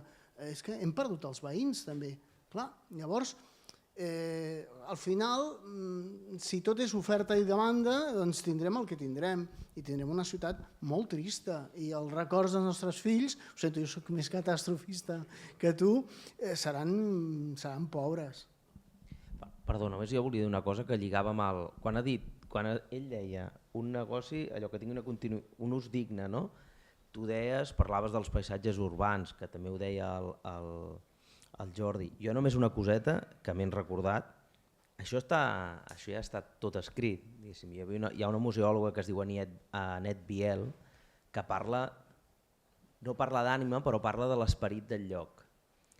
I diu com aquests paisatges tenen el component físic i l'altre component més cultural, més natural, i parla d'això, de poder mantenir aquell esperit del lloc. I és allò que també deia la Marta, de buscar aquell encaix, aquell ús, aquella cosa que faci que pugui arribar a mantenir aquell esperit i tot i que el paisatge es transformi, diguéssim, encara tingui una coherència, tingui aquell record i arribis allà i sàpigues que estàs en un lloc especial. que estàs en un lloc especial per tu en funció del teu paisatge de memòria o del teu entorn social X. Aquest esperit, qui el fa és en funció de les onades de la gent que hi viu. I si resulta que la ciutat té un dinamisme propi que ho omple de botigues d'ungles o de botigues de carcasses, aquesta és la dinàmica. És que aquest és el moviment, o sigui, és que la ciutat s'ha construït així, històricament. Bueno, jo no estic d'acord amb això. Bueno, és que és fàcilment demostrable. No, perquè estem parlant de botigues que uniformitzen. Jo no estic dient... Bueno, el que estic dient és que tu quan fas una cosa, quan intervens, de la mateixa manera que vas a un lloc patrimonial, tu arribes allà i depèn de com s'ha intervingut o no s'ha intervingut, notes que allò ha pogut mantenir aquell esperit o no l'ha pogut mantenir. I jo el que estic parlant és d'això. Et poso un altre exemple, un altre àmbit molt diferent, i ara ja posats a tocar ulls de poll, ja no em vindrà d'aquí. Crec que el Francesc volia tancar, sí que no vull. Ai, puc per això? Sí? A veure, jo visc en una d'aquestes illes pacificades del carrer Rocafort. Bueno, se li diu pacificada, no sé, això verd que han posat, que ara no hi van els cotxes, etc. Quan es va fer tota la publicitat sobre això, jo vaig anar a veure les exposicions que feien allà a l'escola industrial, vaig veure els renders, vaig anar a les reunions, em van explicar tot com havia de ser i tot com estava planificat que fos. Jo tenia unes preocupacions sobretot per la gent que treballa i que havia, per exemple, dels transportistes que havien de carregar i desencarregar, perquè clar, com que se suposa que s'ha de superar Cerdà, els xamflans, tot això. Una de les coses que em meravella, intentant no fer judicis de valor, és que ara que han passat ja des que es va inaugurar això, potser més d'un any i mig, al final, com tot, la vida s'imposa. Entens?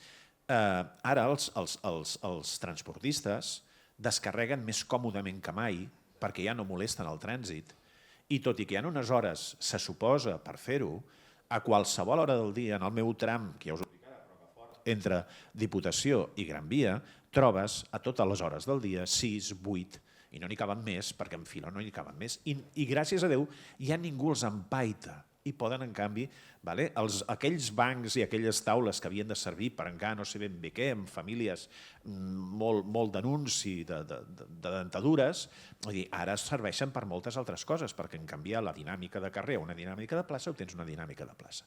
Deixant davant d'això, que no és aquest el tema, el que vull dir és que tot això que tu m'estàs dient està molt bé, però és que després això s'ha de conjugar amb una onada natural que és la gent que viu. I la gent que viu és la que fa realment l'esperit dels llocs. El que passa que nosaltres volem retenir un determinat model o imatge que tenim de ciutat, legítimament, perquè a més creiem que allò forma part de la memòria heretada i d'allò que és un fil de continuïtat respecte al que la ciutat és. Però és que resulta que aquest fil de continuïtat se n'empalmen d'altres, que potser no són els nostres amb el nostre gust, amb la nostra mirada, amb les nostres dinàmiques, però són els de la població que està aquí, que treballa i que fa. Que uniformitza? Jo no sé com anirà més endavant, igual es desuniformitzarà, però me'n recordo no, perquè jo era massa petit o no havia nascut, amb l'arribada dels supermercats, amb l'arribada dels snacks bars, amb l'arribada de models de botigues, als quals se'ls feia exactament en els mitjans les mateixes crítiques que nosaltres estem fent ara. Que no vull relativitzar i dir tot passa, no vull ser el típic historiador relativista que... No, però que compte quan parlem del que parlem, perquè, ostres, la ciutat la fa la gent, tota la gent. I per tant, ofereix el que ofereix en quant a productes, en quant a comerços o en quant a formes i en quant a fons. Legislar això és molt complicat i sobretot quan vols retenir segons quin paisatge de memòria, si tu vols. Però és que hi ha coses contra les que no pots lluitar. No pots lluitar perquè és que sempre perdràs, és la vida. I és que no tens ni per què voler guanyar. Ara potser m'he tornat com molt així. Ara em sap greu parlar jo, perquè jo puc ser molt teòrica i filosòfica, però jo sempre torno... Sisplau, baixa. No, jo prometo que ja no parlo. I només vull dir una cosa, que crec que aquesta estona que hem estat aquí, o aquest emblemàtics de debat, el que ha fet palès, de fet, és diferents nivells de complexitat, no? Perquè hi ha la complexitat legal, no? La complexitat tècnica i després la quotidiana. No? Llavors, jo el que veig és que la legal, els que estem aquí, poca cosa podem fer, vull dir, no tenim... No? Crec que la tècnica podem fer i que crec que hi ha una manca de comunicació, és a dir, a mi el que m'ha sorprès més és aquesta manca de comunicació entre la gent que té els comerços emblemàtics, no?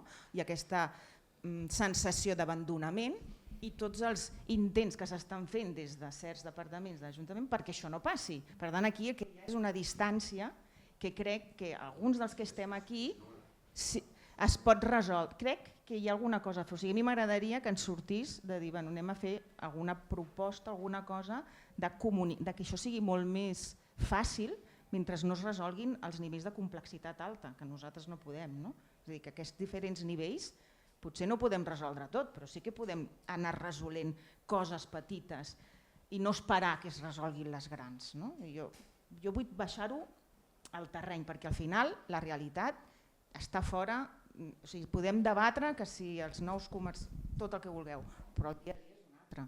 És un altre i crec que hi ha que poden fer coses, no? Que tu deies, si hi ha totes aquestes ajudes, com és possible que ells no ho sàpiguen? Dius, no, s'han d'espavilar ells? Sí, és veritat que la motivació no te l'han de donar, però no pot ser que sigui tan complexa que per ells sigui això, no? O que hagin de fer certes coses i que sigui tan complex, perquè jo el que vaig veient és que la pèrdua és contínua aleshores, perquè es van trobant traves i al final agafaran, pintaran la granja, no? Com els hi doni la gana, d'acord? I després vindrem i a sobre els sancionarem perquè no ho han fet bé. No? I ja està, només vull dir això, que està molt bé tenir aquests diferents nivells, però que podem filosofar molt, però que al final també hem de trobar solucions mentrestant. No? Perdona, podríem estar aquí 2 hores més i no acabaríem, no? Però bé, ja penso que ja està bé, 2 hores està bé. Serà complicat per nosaltres treure unes conclusions, no? Perquè hem treballat moltes capes, però és el que deies tu, no? No hem aterrat res. De totes maneres, potser sí que hem fet alguna cosa, vull dir, aquí tenim uns senyors de la premsa i potser el que podem és ajudar a comunicar això d'una manera potser més ordenada, que és una mica, potser el primer pas és aquest, comunicar aquest problema de comunicació, aquest problema de diferents capes que té això i deixar-nos una mica de repetir com a lloros sempre el mateix missatge de que els emblemàtics s'han de protegir i punt. Ni com ni res més. Penso que potser això pot ser un inici i després ja veurem com acaba, ja veurem per on va petar. Repetir a tots, moltes gràcies per venir i gràcies per participar i bé, això és casa vostra, vull dir que seguim. Gràcies. Sí, i ara us convido a una copa de cava, evidentment, hi ha patates, etc. Ara berenar, que és una cosa que m'agrada molt dir i avui m'havia oblidat, Francesc. Gràcies.